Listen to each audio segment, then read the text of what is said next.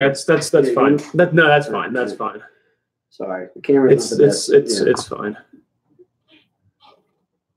Did you start it? Yeah. Oh, okay. It doesn't matter. It'll be fine. Now, does that volume have to be off? I thought it was a copyright thing if it's on. But you know what? It might be actually. So I just keep it on. And you know what? I don't really need to hear their commentary. Yeah. come to think of it, I don't actually want to hear it. So. Someone asked me one time about it. So when you share, does it go to your Twitter? Like if you click on the share button right there at the bottom, where's that going to go? It goes to both. I don't even know if it's is your Twitter linked. Well, we got to get the link somehow because it's shared. All right. Well, then I'll do it. I could probably quickly put it in. It doesn't even give you Twitter. Oh, it does give you Twitter. Yeah, that's fine. Yeah, but I don't know if your Twitter is linked. I mean, I already know the password, so I don't know how to log in. Do you want to leave this site? No. But so I can do. You can go from your phone. No, open link in new tab. That's what we'll do. It's a great start to the show. Like awkwardly hanging over the edge here in front of the camera. Yeah. I think she's yelling for you. And you're tearing the cord. I had it on the channel already. $5.90. I hope that got picked up. All right, I think it got posted to your Twitter. Yes. All right, so then what I can do there. I think it went to my drunk window one. Okay, better. That's well, not really, but. Well, I mean, that's the email I got. I don't know where it is, but I know it's there. It's lost in Narnia. So. Yeah. All right. Well, I'll search. Let's see. Drunk midget 34. Yeah, you did. So then, all I'm gonna do is just go here, hold down. I can copy. I don't know how you copy on your phone, but I can just copy the link. Yeah. Oh God. My thing's all acting up. Thank God we have no viewers right now. This is awful. You look like a shitstorm. Yeah. Well, I mean, this is going to be in the live when they go back to watch. I don't care. I don't care. Whoever's watching on the rebroadcast, I promise it gets better. It gets a lot. Skip 3 minutes in. Yeah, at least 3 minutes. What time is it? 7:55. So this is early anyway. You shouldn't be here right now. You should be getting your beer and your chips and your party and your pizza. Yeah, that stuff. There's one person. Party food, right? Somebody thumbed up. I bet you I know who it was. Oh, there you go. Was it you? No. It was probably your wife. Yeah. That's why I like, keep it down. Shut up. All right, I gotta tweet this out. Henry was actually on the podcast video before you were. Oh, was he? Yeah. Wow. He's like crawling around the table. Oh, geez. That's actually kind of cool. Does that mean that she's watching? Yes. That's good. No, that's what you want. Yeah. You want there to be as many viewers as possible, even if it's friends. You gotta love the sport, even if it's the one person who gets something the most. All right, I'm gonna go ahead and I'll wait the 4 minutes to tweet it out. Actually, there's nothing going on right now. There's nothing for us to talk about, and I would hate for people to show. Actually, we should probably wait until the game starts because otherwise we're gonna be sitting here floundering, hoping it starts really. You want to end it and then? That's fine. I mean, I can't pause it. All right, well, I mean, no, because I'm gonna have to share the thing again. Okay. Doesn't matter. I think you can go in later to Creator Studio and you can edit your videos that you upload to YouTube. Probably. I'm pretty sure you can cut down. So all you need to do is just cut. And if you can't, and we're just talking out our ass right now, again, skip a few minutes ahead because you're not missing anything. Early. Nothing happens. Yeah, early. Nothing happens for the next few minutes, and probably several minutes after that until the alcohol takes effect. So right now, I'm just hoping Gnostics. Well, I mean, I wanted to stay awake, so I figured I have 7 of those because my body doesn't come off my shit. I bought a case of them. No, it came in a case of 8. That makes more sense. No, I didn't buy 7 specific Gnostics. Yeah, well, I thought that's what I was picturing. I was picturing you like at the grocery store, just like okay, well, I could get 6, but I'm gonna have 7 Gnostics. That's the exact number that. It's like buying a 5-pack. Yeah. Well, sometimes if you look like Red Foreman. That's clever, funny. That's it. Okay. All right, that's how we're doing. Great.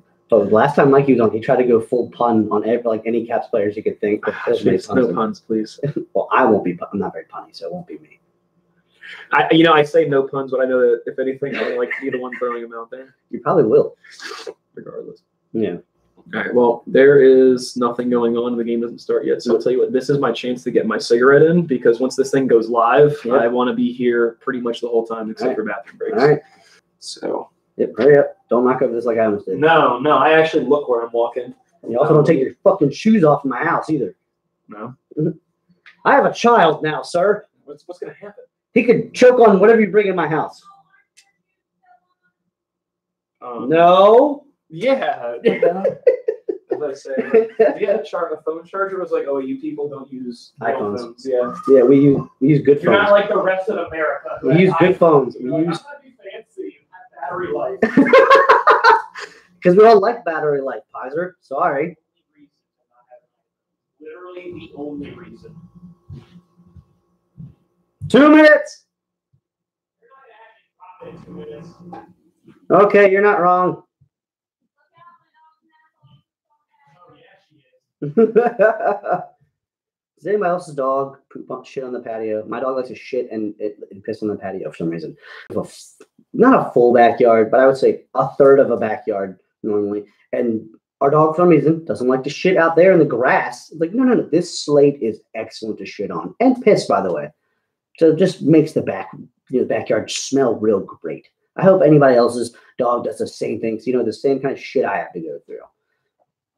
Technically 1 minute until the game is supposed to start, but they're going to have a national anthem and whatnot down there. And by the way, anybody else watches this, we're not going to be listening to the game because I can't stand NBC announcers. I mean, the Penguins aren't in anymore, so I don't know who they're going to pull for because they just ride Crosby's dong. But we'll see. No idea. No idea. Anybody got any predictions for the game? Anybody? Anybody when they're in here? Anybody? I'm hoping it doesn't go to overtime. I know it's Friday, but it's been a long week. Overtime is super dramatic and and awesome. I get gray. I'm already getting old. You can't see. I've got a bald spot going in the back of this head, and it ain't pretty.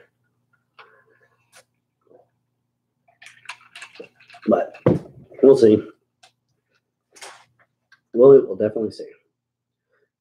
Heads up so far. Lineup update. Nick Backstrom will not be playing tonight, by the way. Still nursing that hand injury. Burakovsky is going to be in the lineup. So unfortunately, Nathan Walker gets bumped back to a scratch. DSP stays on the fourth line. Vrana gets jumped down to the third line, which I don't think is going to be bad because I still think he's going to be pretty good. But I mean, you got to give Burakovsky a shot and see what he does. But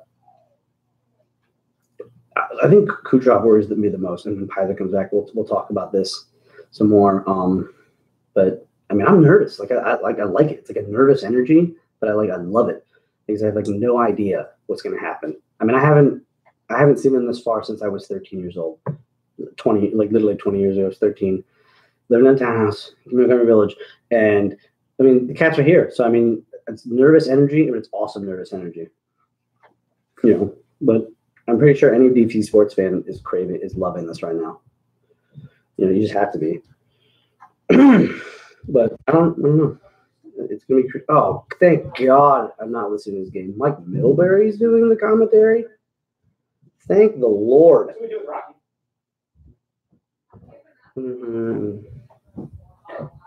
Yeah, see, there you go. It's like a toy, a little chew toy. Thank God we're not listening to this game. Milbury's doing it. Oh, yeah. It's almost too bad we're not listening to it, so we could give snide comments about it. I wish I'm not smart enough to figure out how to pump the TV audio into the headphones. The stream's going. I can't hear you. Not your stream, my stream. He's got a weak stream though. I think he needs to work on that. You know what I mean? Like an old man.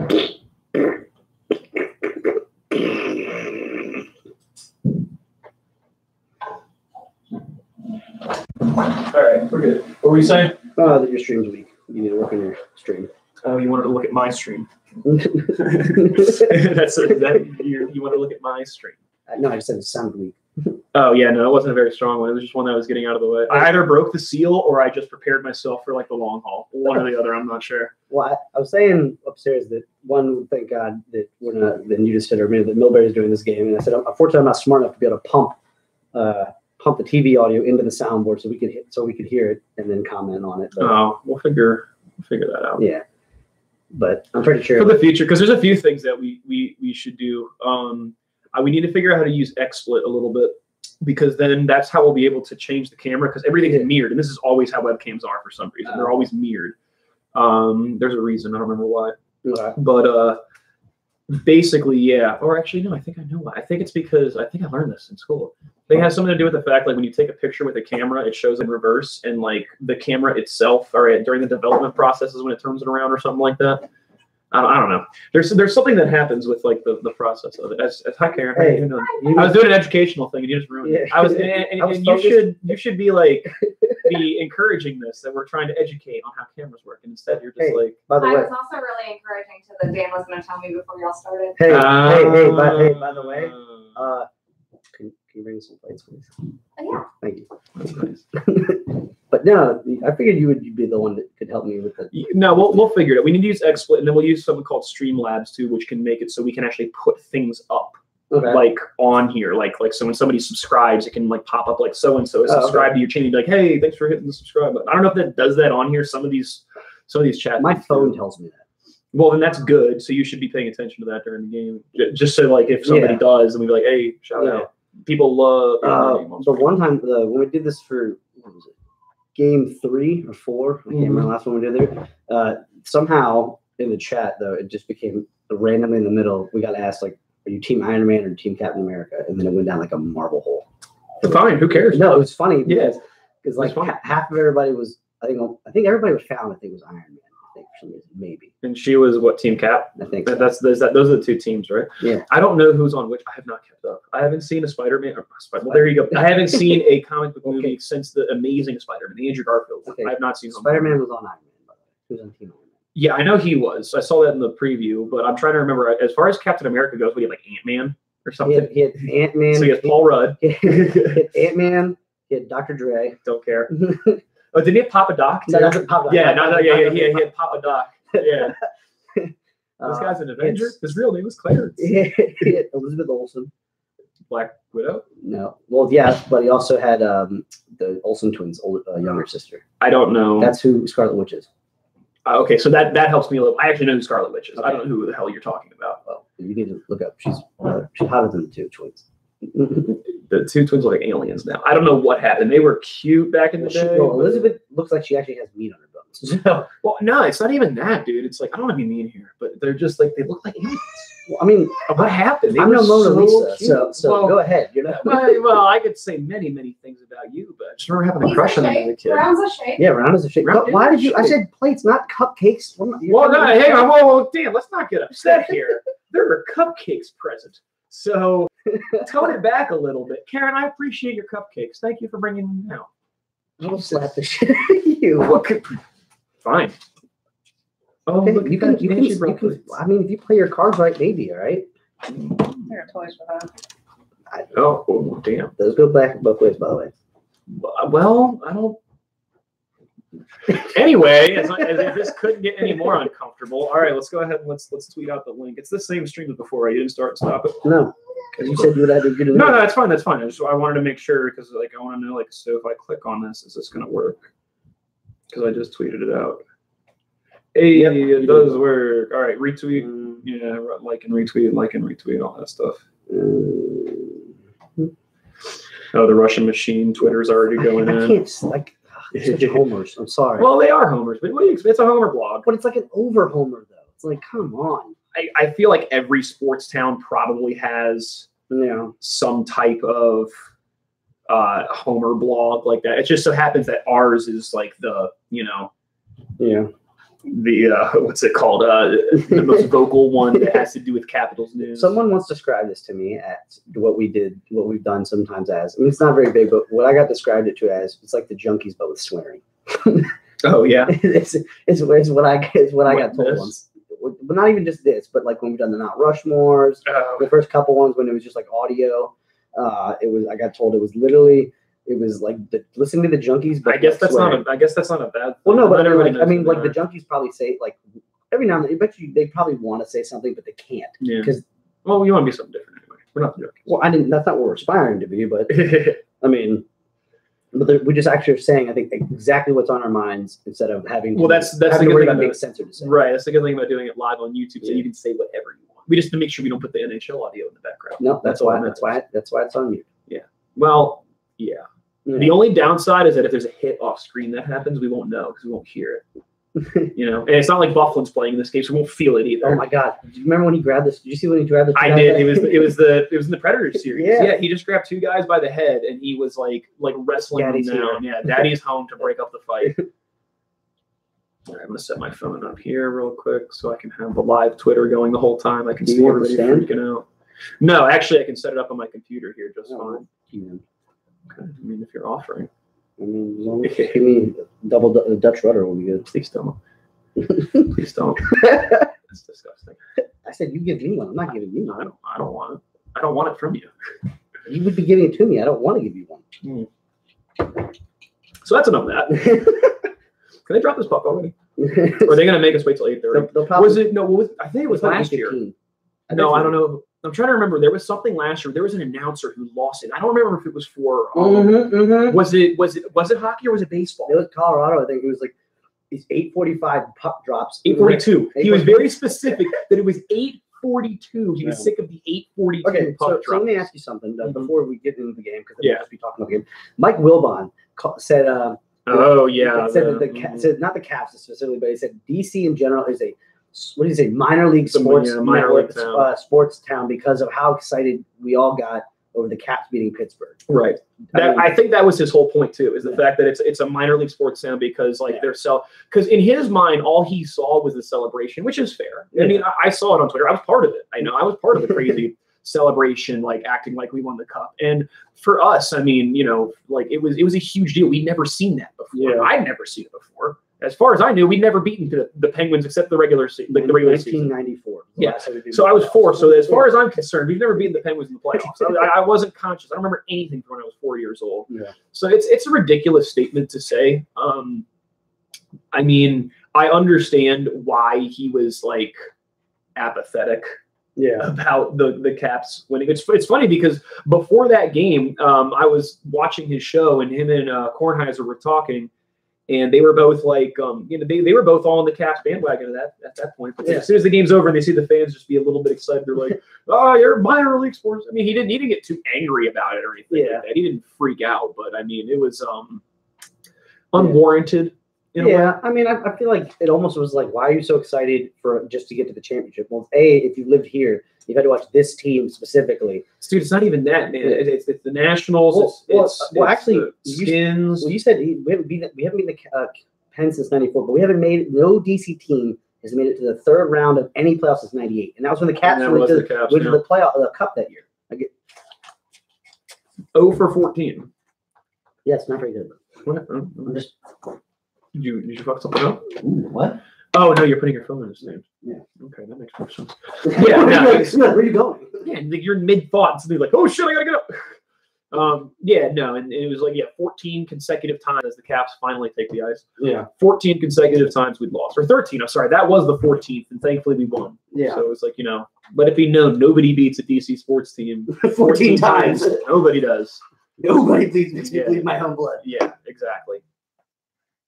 So, I mean, it's in its own way, it's a little embarrassing that it took us this long to get this far because I think every sports town that has 4 major sports, I mean, you feel like they've done it, well before them. I mean, the Hurricanes have won one before the Caps. I mean, look at Vegas. Yeah. Vegas is his first year, but granted, but I will say the only thing I have about Vegas getting this far is, and they say about how great that is. Excuse me. That was the best fantasy. That was the best expansion draft ever for talent wise. Didn't Colorado also make it their first year too, or did they win in their second? They had I think they won. Well, but technically it wasn't expansion. They just moved from Quebec. Yeah, from the Nordiques just moved. Yeah, so right. Yeah, they didn't have an expansion. Oh, they hear the lines. So, man, I missed it. There's the defensive pair. I can rewind it. Nah, don't worry about it. That's fine. We're not really. Yeah. We'll figure it out because you know how Trotz likes to move it around anyway. Well, actually, that's the thing that a lot of people were saying, speculating that Barry might be gone. But the moves he's made so far, at least in the last round, to move some players around, it really is like potentially maybe get him to keep his job because he actually decided to change lines and change up strategy. As opposed to the last few playoffs where he just was like, nope, we're going to stay big and we're just going to hit the pad of them and keep going. I think if this goes to 7, I think he keeps his job. Yeah. Just because if we get blown out of the water here, he loses his job. If we get swept, I guarantee you he loses his job. And I don't really, I mean, that's kind of a whole show, or we can probably talk about that during intermission or something like that. What we think about Trotz, but I mean, getting past the Penguins is huge. Yeah. You know, it's a milestone for him in a way. Getting this far in itself, even if it wasn't the Penguins, just getting to the conference finals is a huge milestone. But is it enough? They got to at least look like something. They got to look like contenders. At least look like you can win this series and look like you can go to the Cup. Well, my thing about that is it's so maybe it's just me, but I feel like it's hard to fire a guy that got you 2 President's trophies, has won 3 division. Every time I look at that fucking banner, every time I look at that banner, it's like President's trophy. I'm like, well, I know, but like essentially, you were the league's best team. Granted, it was regular season. 2 of the 2 of the 4 years he's been here, so it's not like we have missed the playoffs and we've been shit. I mean, but it's just, you know, we want results. The counter that I have to that, though, is that being the best team in the regular season is one thing. I feel like there are some teams that are championship teams that could have been the best in the regular season, but they were maybe a little bit more passive in certain areas. Mm-hmm. Times where they were hurt. Maybe they kind of bench guys instead of rushing them back or anything like that. So I feel like there are teams that kind of have a wiggle room of like, I don't know, 5 to 10 losses in there. 10's kind of a lot, actually. I would say maybe like 5 losses or so. Yeah. That can be simply because it's like we were playing our younger guys, we were banged up, we were tired and stuff like that. As opposed to somebody might force them out there. So the President's Trophy thing, I don't hold too much weight in because you can have a lot of momentum too. You know, you can have a shit ton of momentum. Get on like out of 20 games, you can win like 15, 18 of them or something like that and just blow everybody out of the water and then get cold in the playoffs, you know? So I feel like the President's Trophy, those are not enough, especially because it's been done before with this team. True. Area, you know? Yeah. I mean, it's just funny because Barry's supposed to be a defensive coach and like Boudreau was expected because he was like the high flying team. Offense, and Boudreau and Trotz is definitely not that. And for them to like the first year just like Boudreau it essentially out of the water, it was like what the hell. But I mean, you could also relate to almost like what happened with would you almost say the Warriors a couple years ago when like the Warriors they almost beat Chicago's record I think for games in a season 1. Oh yeah.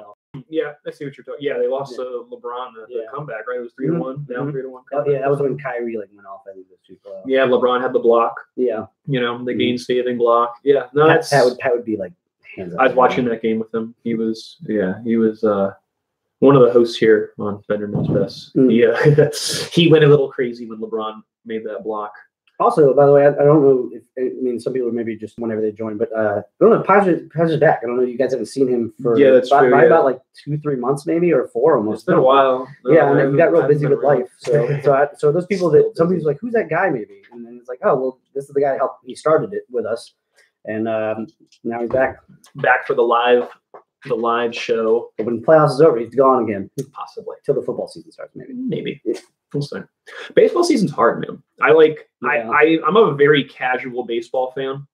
I like to think that I'm a bigger fan, but the honest to God truth is that a lot of times when the games are on, I'm just like, I could watch Netflix or Hulu. Well, the problem is I think baseball is a game you have to go watch. You have to go watch it there instead of watching on TV, unless it's the playoffs. Space is cheap. Yeah. So at least here it's cheap. Maybe I don't know of other places. I feel like most places you can go see a ball game for $20.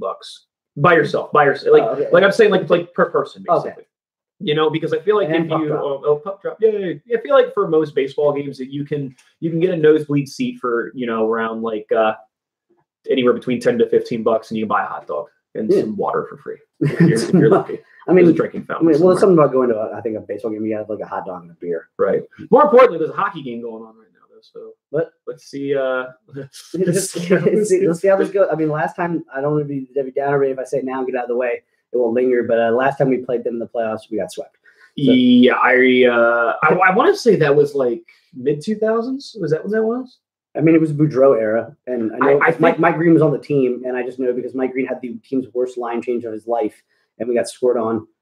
I think I remember because I think the Lightning had a guy named Artukin on their team who was just destroying us, and it was pissing me off at home. I was sitting at home like, well, somebody hit this guy already, and nobody would hit him. Yeah. So I think I remember that and I blocked it out of my mind because I could not remember I think you're right. us playing them. Yeah.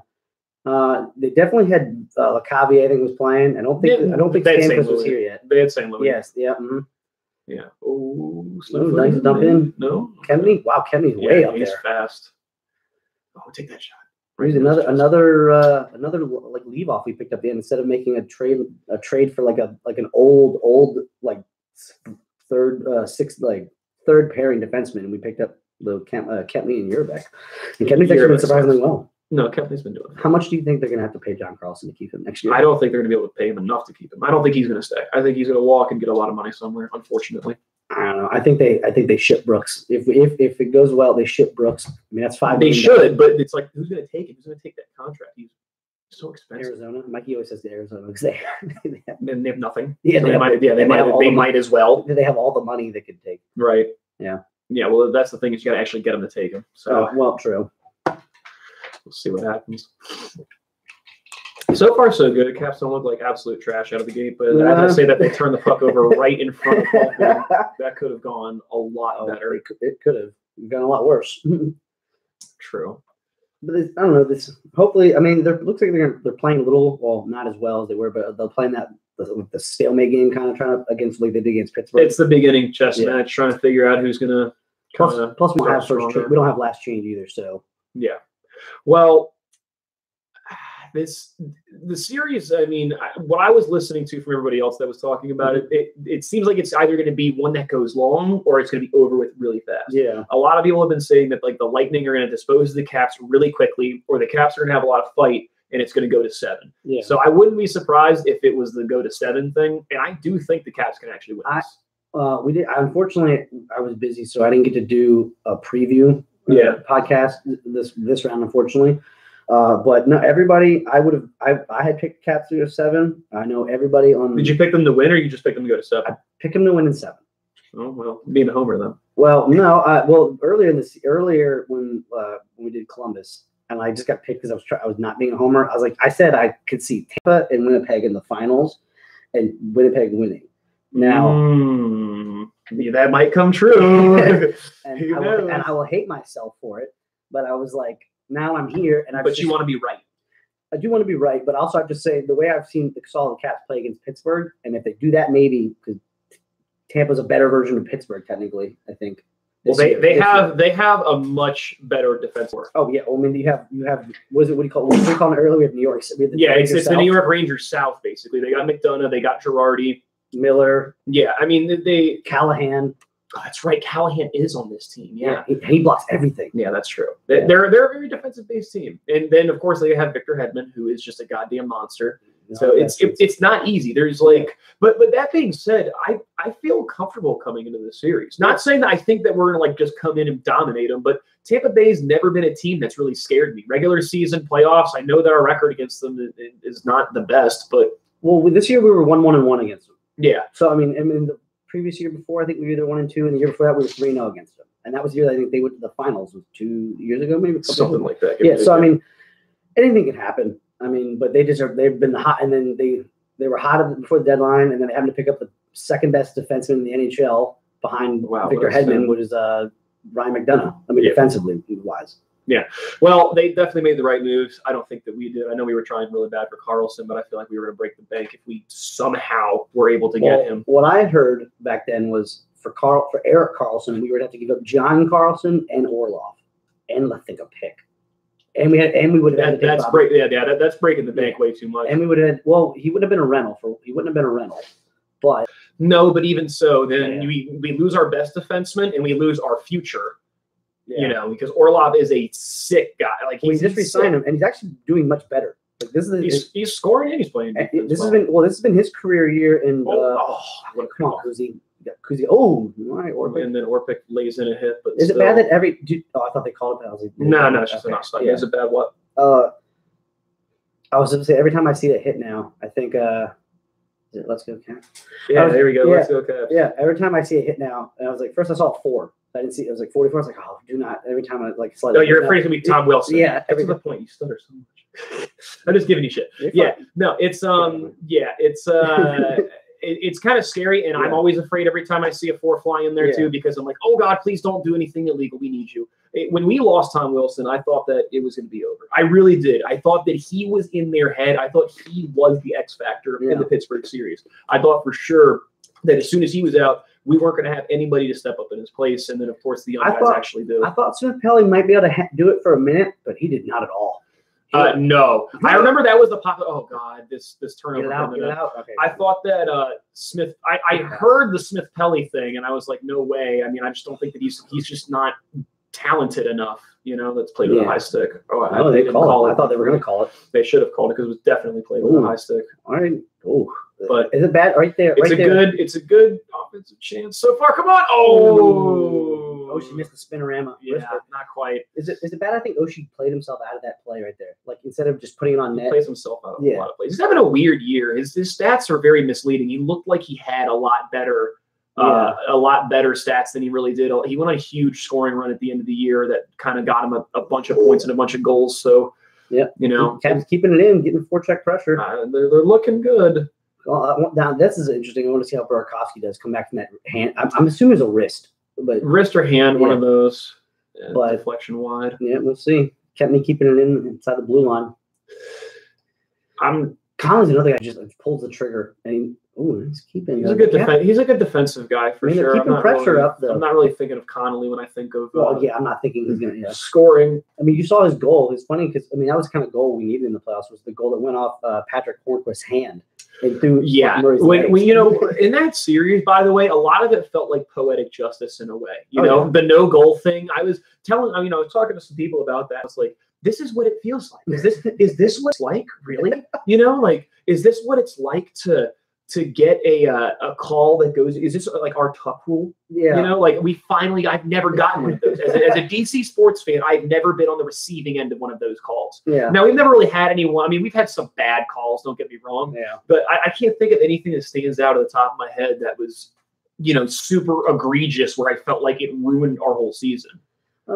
Coaching decisions like putting RG3 back in, sure. Those kind of calls, yes. That always is going to linger. Yeah, but I'm talking about when it comes to like referees changing the momentum of the game. I feel like we've had every sports city has had its fair share of bad calls, but thank God we were on the receiving end of that. One of the good ones I would say, but it didn't pan out for us in the end was the Smith Pelly though. Really? On the outside of the goal, I thought that went in. I was about to start celebrating. What I was going to say was when 2 years ago when Oshie had his hat trick goal in the playoffs and he was a wraparound and they got the camera view and he actually luckily tucked it in. That went for us, but then the series went south, of course. Yeah. Well, that's a call going for us. Yeah. Like that was the right call too, though. I'm saying I think that was the wrong call. Now, regardless of whether it was the wrong call or not, you thought it was a goal. The parallax view. Yeah. No, I did not think it was a goal. Oh, okay. That's what I'm saying. Is it was a wrong call that went in our favor. Yeah, that's what I'm saying. Yeah, I don't think we've ever had that. Definitely not in the Caps. If something happened with the Redskins or anybody else, let me know. Well, I mean, the Orioles will always have that infamous little shithead kid. The Jeffrey Meyer? Yeah, that was the day that I learned that life isn't fair. Yeah, literally it was an alley, clearly reached over. And I don't know how that umpire standing there thought it was. I can still see him. Was it, don't tell me. It was, oh man, who was the right fielder? It's gonna make me so mad now. But I can still remember the umpire walking up just going, angrily pointing up. It wasn't Tony Tarasco. It was Tony Tarasco. Yes, it was Tony. Wasn't he the one that fought the world too? When he charged them out and he ended up fighting all the Yankees or something like that. I don't know. Somebody did. Somebody fought all the Yankees on the Orioles. I remember seeing that fight. That was a good one. Well, Benitez threw it. They might have actually. Now that you say that Armando Benitez, Daryl Strawberry went after him. That's what it was. It was Armando. Yeah, he pegged somebody. I remember coming whatever, but they all went after him. Something was it? Who he hit? I don't know who he hit. It was Tino Martinez, I think. That's who he hit. Yeah, I think it was Tino Martinez. They were like, you don't hit Tino. Yeah, Strawberry came out of the mound and he was pissed. And he eventually caught him later on. Yeah, they caught him in the dugout. Yeah, well, because he was running away from 50 people. They were all going after him. Oh Lord. That was like speaking of baseball fights real quick because we're at a commercial break. Wilmer Defoe? No, somebody else. He's a national. Niger Morgan. And then somebody either came from first base from the Marlins or the dugout and speared him right when because he threw like a punch and miss. Yeah, they knocked him out. Yeah. There was something where also I don't remember who was later in that game or who was the next game, but they pegged him again and he took the base. Yeah. And then he stole his way to third. No, that's why they threw at him because the Marlins were winning by 10 runs and he stole second and third in a game that they were not in the 8th inning I think or something higher where they were just getting blown out. Yeah. Yeah. And I don't know exactly. I think what it was is that they hit him and he was no. What happened is that something happened where there was a retaliation. Yeah. I don't remember why, but it's baseball. There's retaliations in baseball, and he got hit and he couldn't take his hit. He got pissed, so he's like, "I'm gonna steal bases." Yeah. And so they hit him again, and that's when he charged him like a dumbass. Yeah. He wasn't the guy that kicked somebody in the No, that was a minor league game. That was a long time ago. Oh my God! I thought Ron was split the D. But they're going to take Ron out when Backstrom comes back in. Hope not. They might sit. Well, Chase on. They might sit. Depends on how well Verona does. They might sit Chase on. They're not going to sit Verona. They shouldn't. There's no way. No. I mean, but they might sit Chase. No, it's going to be Stevenson or Chase. I don't think they'll sit Stevenson. I think Stevenson's too responsible. I think so too. But if it's old trots. Yeah, but I think he's. I'm hoping he's awake. You know what I mean? He's been awakened to you gotta lead. You can't. I know Chason is a good grinder for you, but you praise Stevenson so much and you were willing to put him in. I was waiting for you to stop because I was going to be like, no, the Caps look amazing right now. Yeah. And look at that. They score. I was waiting for you to stop. No, it was fine. It was fine because I was like, okay, as soon as he stops, the Caps have been playing incredible right off the gate. So, top shelf. Yeah, top shelf. Wow. Beautiful. Was it Kempney? Was it his goal? It was from the... it was. Yeah. So much traffic. Yeah, that just found its way through. Oh, I don't know. I don't think Wilson's holding his stick up. I think maybe he tipped we'll see. Well, this is the behind the net view now. That didn't look like it changed direction, but Wilson's celebrating. He's celebrating. Nope. I don't think so. I think he's celebrating for no reason. I think he's a player. Yeah. They're like a billion replays right now. Yeah, no, he didn't touch that thing. That's all Kempney. I don't know why he was celebrating. Yeah. All right, Kempney. All right, Ben. Yeah. Good start to the game. Yeah. Nice. It's weird watching this because the whole time I was watching, I could not have done this during the Pittsburgh series. Oh. I don't know how you guys did because the whole time I was watching, just my hands just. Well, the one game that was. Oh, come on, he's open. Oh, that was so open. Oh, I thought we were all. I thought you were gonna say we're offside. The way he slowed down for a minute. No. But if he had passed it to Orlov earlier, he had an open lane to the goal. No, the game we came in here did. One of my friends was like, "Let's do it for for our friend that's in Nashville." And I was like, "Okay, sure, whatever." And that's when the audio was real bad. That game, I had a little mishap, but it was someone sat down there, and then it was everybody's like, "We're going back upstairs," because the Cavs blew a 2-goal. It was game 1 because the Cavs blew 2 goals. Oh yeah. But we're going back upstairs. I was literally down here by myself, I think, and I was like, "Well, I've already started it. I'm not." You're just by yourself. Everybody. Podcast. Well, the Pens fan wouldn't get off the couch. Oh man. I was like, come here, sit down, and talk to me. Let's go. You know, I mean, I'm not yelling at you. He's not yelling at me. We're just having a good conversation. But he was just like, "Yeah." I can't believe you watched a series of the Penguins fan in person, are you? He's a good friend of mine. It doesn't matter.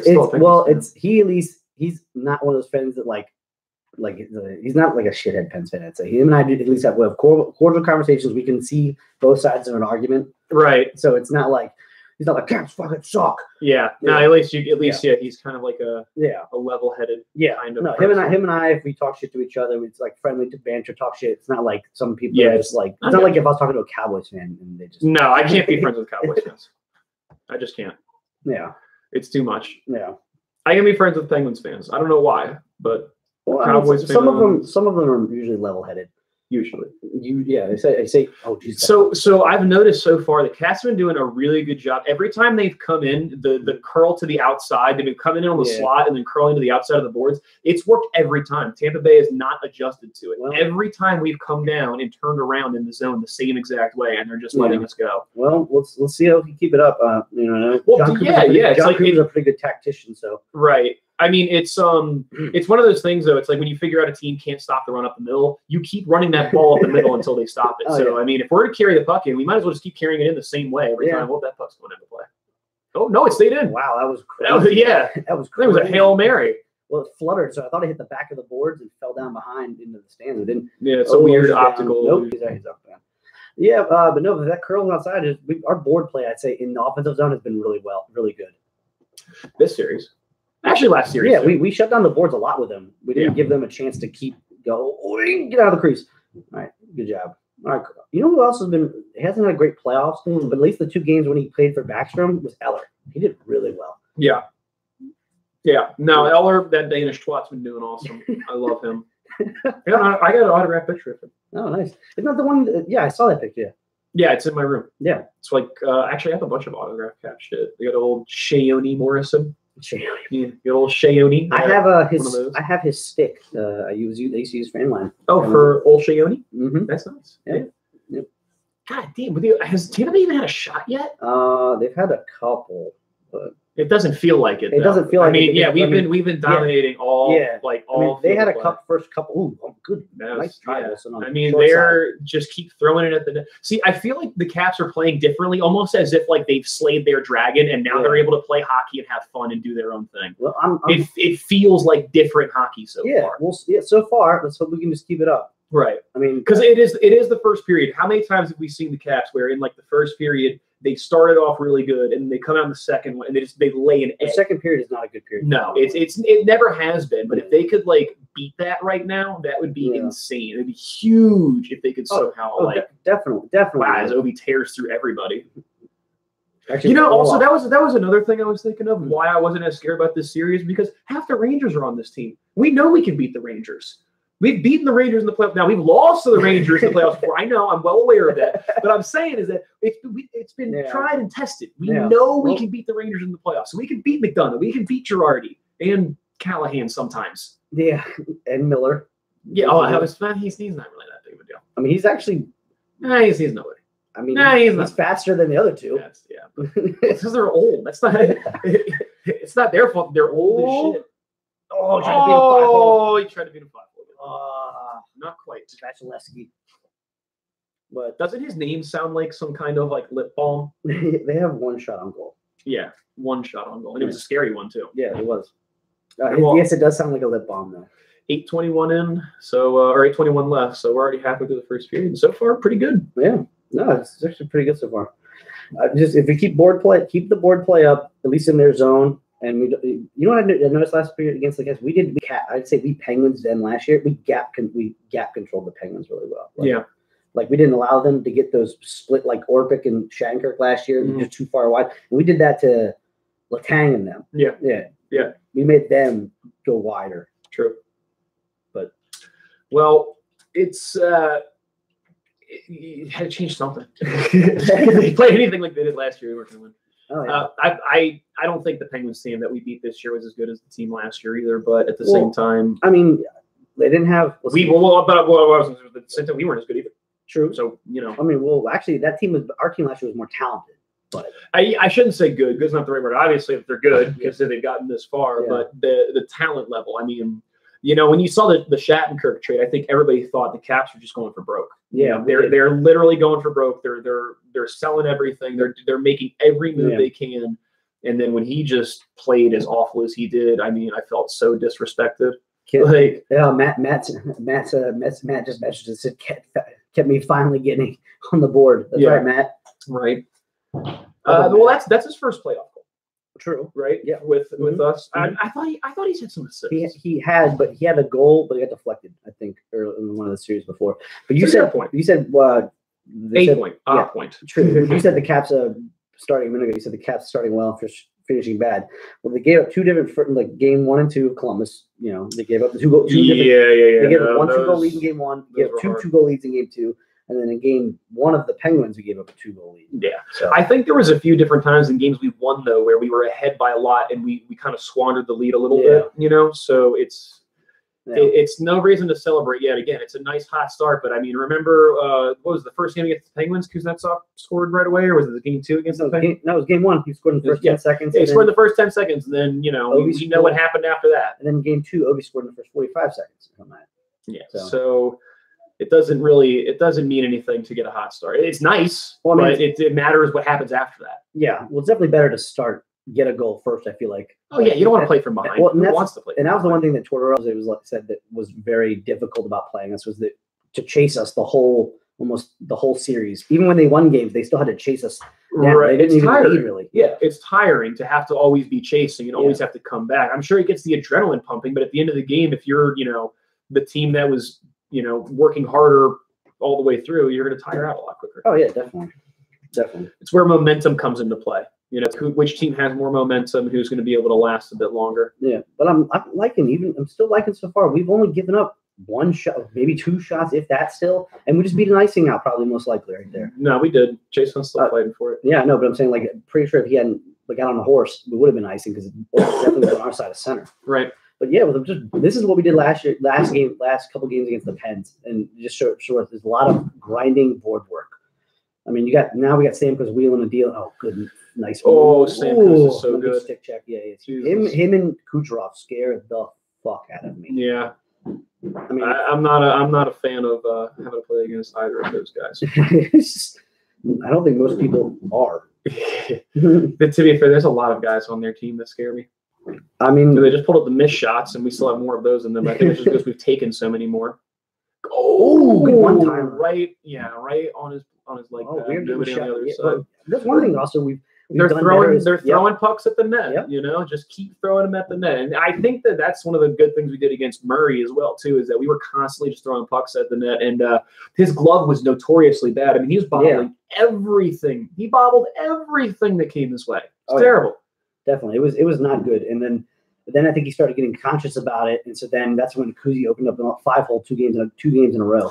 That's true. Yeah, he kept going 5-hole, and I think there was a few other instances of other guys like trying to shoot 5-hole. I think that the what's it called, the battle plan or whatever it is came out. People were like, okay, we're shooting gloves side high, but every once in a while throw a couple of 5-holes in there because he's not covering it very well. And Kuzi just did it the best. Yeah, I mean the way that he ended that game, just dropping it in 5-hole. I mean, he literally just dropped it. In the last goal, he slid it. Yeah, pushed it right between his legs. It wasn't a hard shot, nothing like that. Oh, if he had elevated that, man. Yeah, if only Eller elevated. Yeah. But,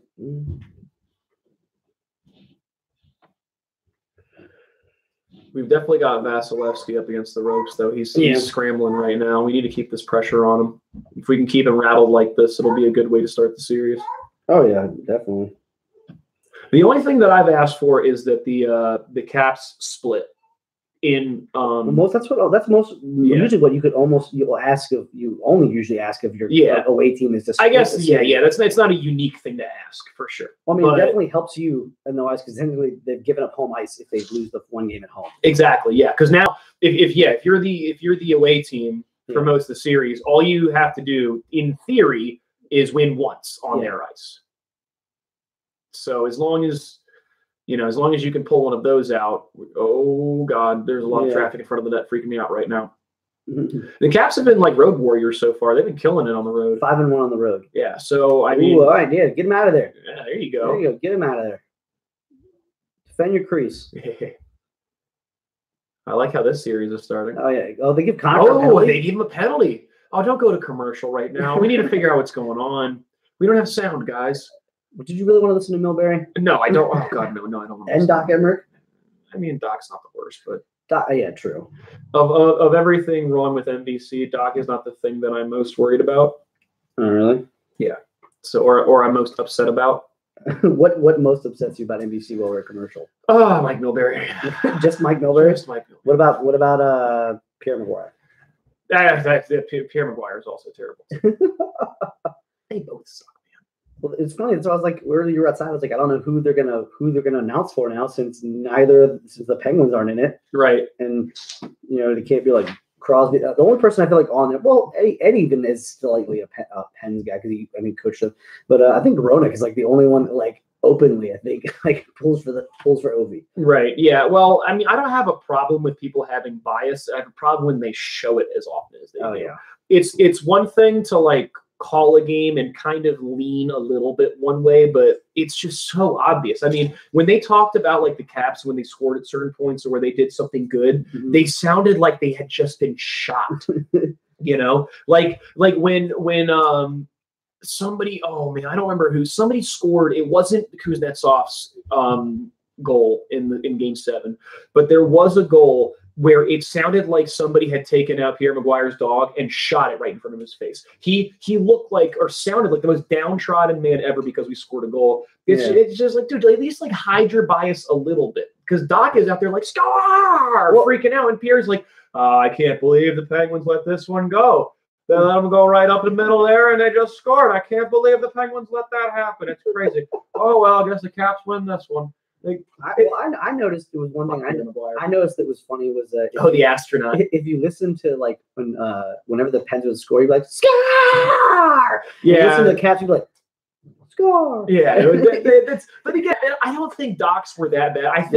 I think a lot of the clips they pulled of like Doc being louder for the Penguins. Part of that to me seemed like it was because the stadium was so loud. Yeah. And you hear the people screaming. And so when he yells score, if he just goes score, you're not going to hear him. He's got to scream. So again, Doc doesn't bother me. It was Pierre and fucking Mike Milbury that would always sound like the world was coming to an end whenever the Caps did anything good. Yeah. What was it?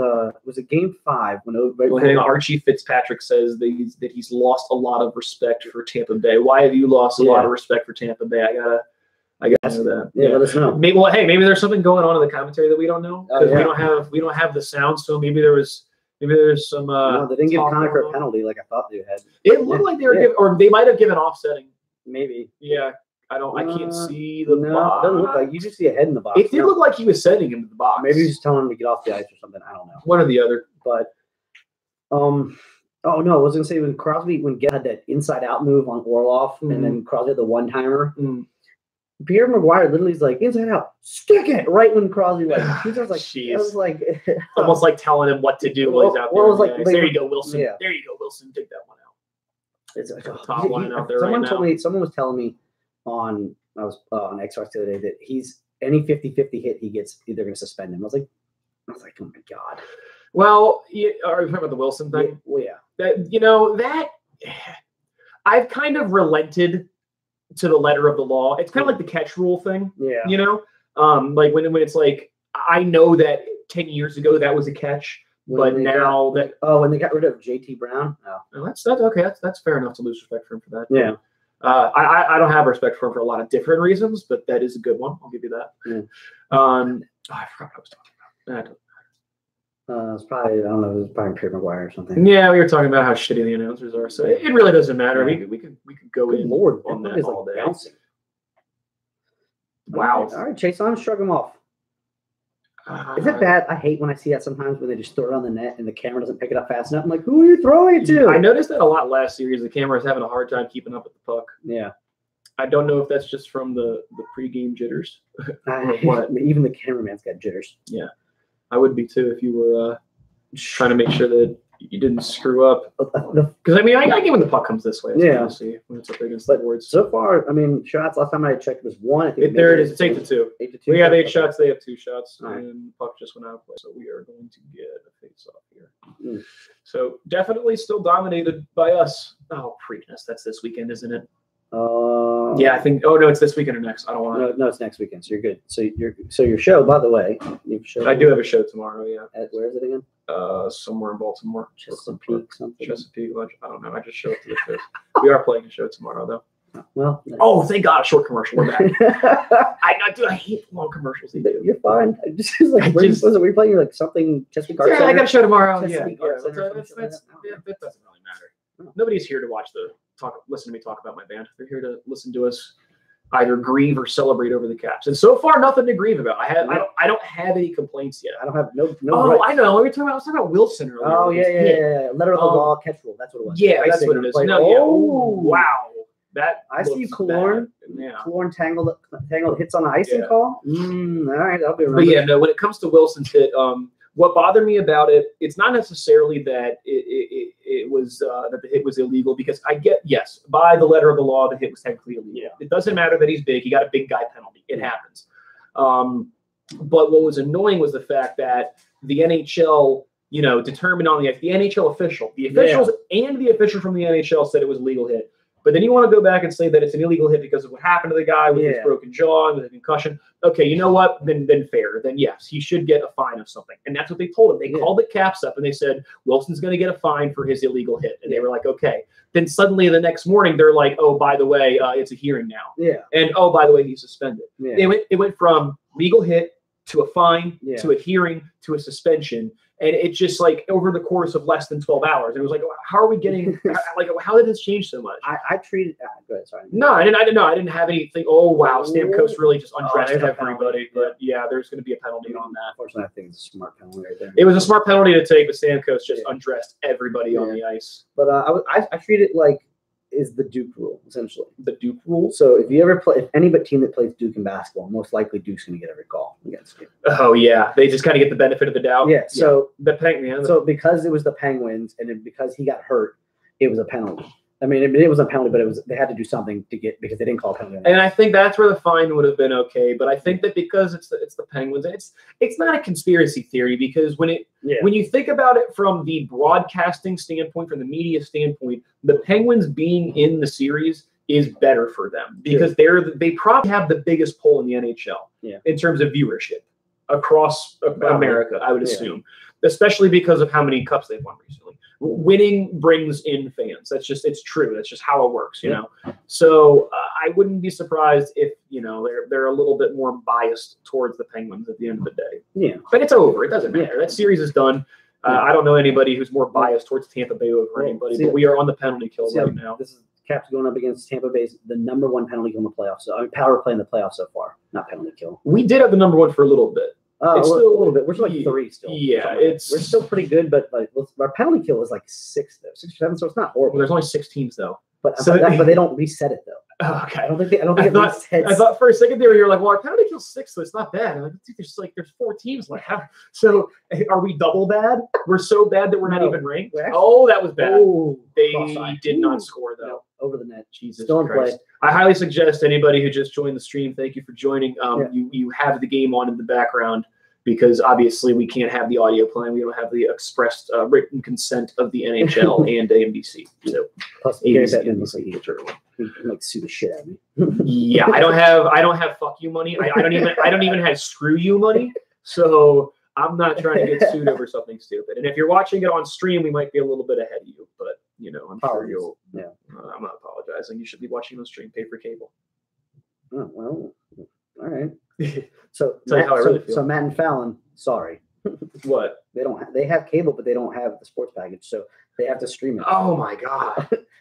Well, that's probably why they're not watching it right now, then, because we're so far ahead. I know Matt was in here for a little bit, but if we start making comments about what happens, he'd be like, no. But it's about Captain killed out the first half of this power penalty kill. Yeah, down to 1 minute left here. Anybody does not have the game on in front of them. But I'm not too upset so far. No, so far, everything. There's nothing to be upset about so far. They look great. The penalty, again, like you said, it was a professional hold. It was something that needed to be done. Oh yeah. Well, otherwise, that Stamkos is going to score that for sure. But the thing is that for 42 more seconds, undressed. I think. Oh, good block by PSP. Oh man. Come on, get that puck. No, puck's still in the zone. Terrifying. Up to the point. What is that? Is that? I can't read. I couldn't read it. I can't read from this far away. I'm not even worried about color Strawman? commentating. But there was a clear. So we're could have good. been Strawman. You know what? I need a 7-inch TV. Yeah, it's true. This 50 inches is peasant bullshit. 51. No, 51 inches. Right, I forgot that extra inch does matter. Size matters. 5 seconds left in the power play. Or penalty kill, I should say. Oh, what a block again. 1 power play. Over. All right. Now get it out. Look up ice. Come on. Look up ice. There's got to be a guy there. Oh, what a terrible pass. Oh, you have a guy up in the middle. No, he wasn't looking. Just shoot it. Shoot it. Please shoot it. Oh, he fanned on it. Come on. Oh, man. That was a terrible exchange. No. And now it's off to the races and another penalty. Oh, and they scored. God. Kucherov again. Yeah. Damn it. Well, tied. Wait a minute. What are they? Oh, too many men. Oh, they just called too many men on the ice? Oh, my God. Oh, wow. Oh, they just took a goal off the board. What? Oh, Too many men on the ice for Tampa. Goal off the board. Caps on the power play. 7 seconds left, so that means next period we come out in the power play. Yep. That's fucking awesome. What a swing. Wow. What a swing. Oh, man, their coach is pissed off. What a swing in momentum. That could have been so bad. 1, 2, I see 5. 1, 2, 3, 4, 5. I'm looking at the bench. Wait a minute. There's 5 on this is on the exchange. So does he come on the ice? Yeah, so they're saying the puck is they need to play this. Why would you not show us the reverse play? The overhead. I don't. Where was the too many men? Yeah, I'm not sure. I don't know what. I'm not going to complain about this call. Wow, he slipped it right past Holtby too. I'm glad that goal's getting taken off the board. So it's not a penalty, but I don't understand. He couldn't have been offside? No, it is a penalty. There must have been. They haven't shut the door. Yeah, they haven't shown us the replay where we actually get to see how many people were on the ice. Because that's the only thing I can think of, unless there was a penalty behind the play somehow. But I mean, they did this. They did this. This means too many men. No, I want. You think they would show the replay by now? Some camera should have captured it. You can't. It's not challengeable either, by the way. So yeah, it's not challengeable. So all right, Cap. Maybe he looked at a ref and he thought that the ref was like one of them. I can't believe they didn't show a replay. I want to see exactly what happened. Shoot that! Right off! Oh my God! Right off the face-off. We don't even need to go to the next period. Oh, you know they're pissed. You know they're booing like crazy right now. God. Oh, it's my God! And it's Ovechkin. It's going to be raining salt in Tampa. Top shelf, right over the glove. Went it right to him. Oh my God! Oh no, it wasn't top shelf. Did Eller get a piece of that? It might not have been Ovi. It might have been Eller. Show me it. Show me the money. Woo! I don't care. It doesn't matter to me who scored it. The important thing is we got it. Oh my God! That's how you play the first period. But the problem is now we have the dreaded 2-goal lead.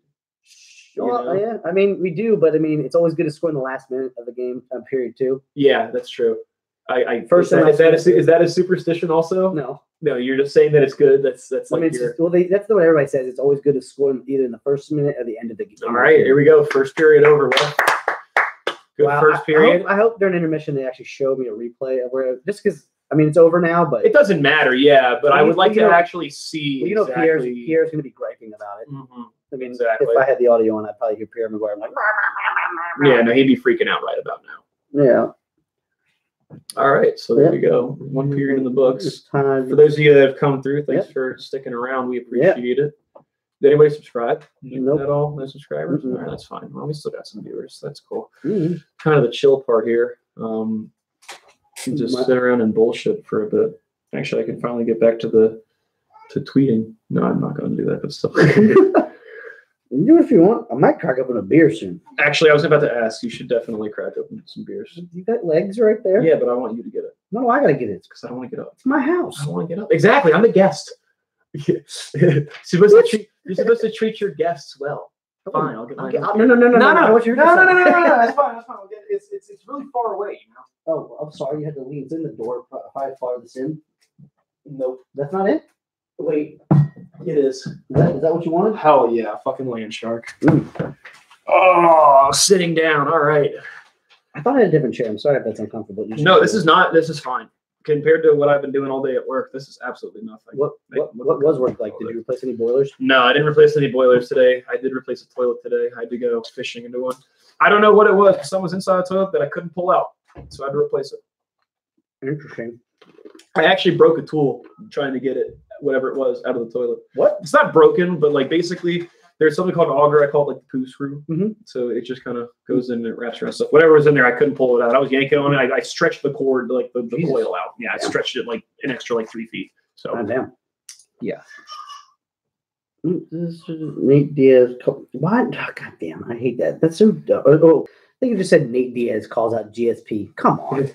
And they're like, this is off top, but like UFC was saying, they're going to try to make fucking George St. Pierre fight it lightweight. Why? He can't.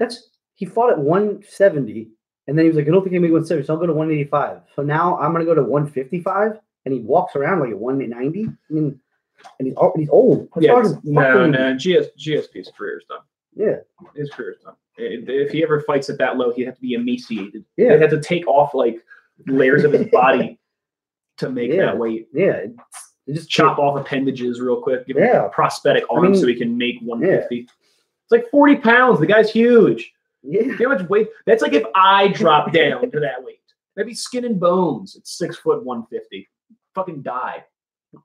Are you like aren't you like 165? No. Like at my peak, I'm like a really heavy 170. Oh, okay. You know, a heavy by about 10, 15 pounds. I'm like a heavy 170. All right. Yeah. So someone in my last series, this guy who I was on his podcast a few weeks ago, and he asked me where the Caps gonna get, where they're gonna get to the Cup, and I said, where they gonna get, not win, but just get to the Cup. Okay. And I was like, it's gonna be tough. And I said, and if we, I was hoping for Philly because I just didn't want to see Pittsburgh, but. So this is the discussion early, like the first round. Before. Okay, because you wanted to face Philly, you didn't even want to play Pittsburgh. Yeah. No, I didn't want to play Pittsburgh because I didn't. But I'm glad we exercised. You just didn't want to take the chance. Yeah, that's the thing though. Is like it wouldn't if we played. It wouldn't have like. Let's say it wouldn't have mattered as much because we beat them. But still, I would not be like. I would not be like. No. It's not a real like. It's not a real championship. No. But I mean, there is a part of me that would have been like, if we somehow had gotten all the way to the Cup, I would have been like, it's not the same. We didn't beat the Penguins. True. It doesn't count. So I got there and he asked me, and I was like, it's going to be tough. And if we beat Pittsburgh, I said, hey, getting to the third round will be like a what is it, like an honorary trophy essentially. But getting there, it's a participation trophy. Essentially, I was like, but getting there will be an achievement in itself to get to the third round. But it's going to be tough. And so he was saying he put the crying Jordan faces on Ovi or whoever.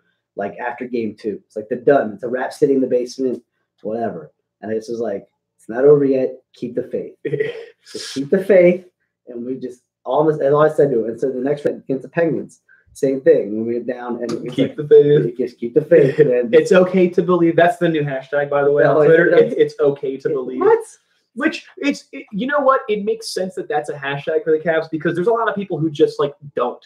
So when I like the day that we beat the Penguins, day after I should say, when all sports radio was talking about it and celebrating and everything, you know, there were a lot of people calling in that were talking about how like I didn't watch any Caps this year. I barely watched the series. Excuse me. I was a casual fan or whatever. Mm-hmm. But there were so many people that were like, you know, now that they've beaten the Penguins, I can finally get invested again. I can finally watch it. And like my whole thing was like, I'm a negative fan. You know that. Oh.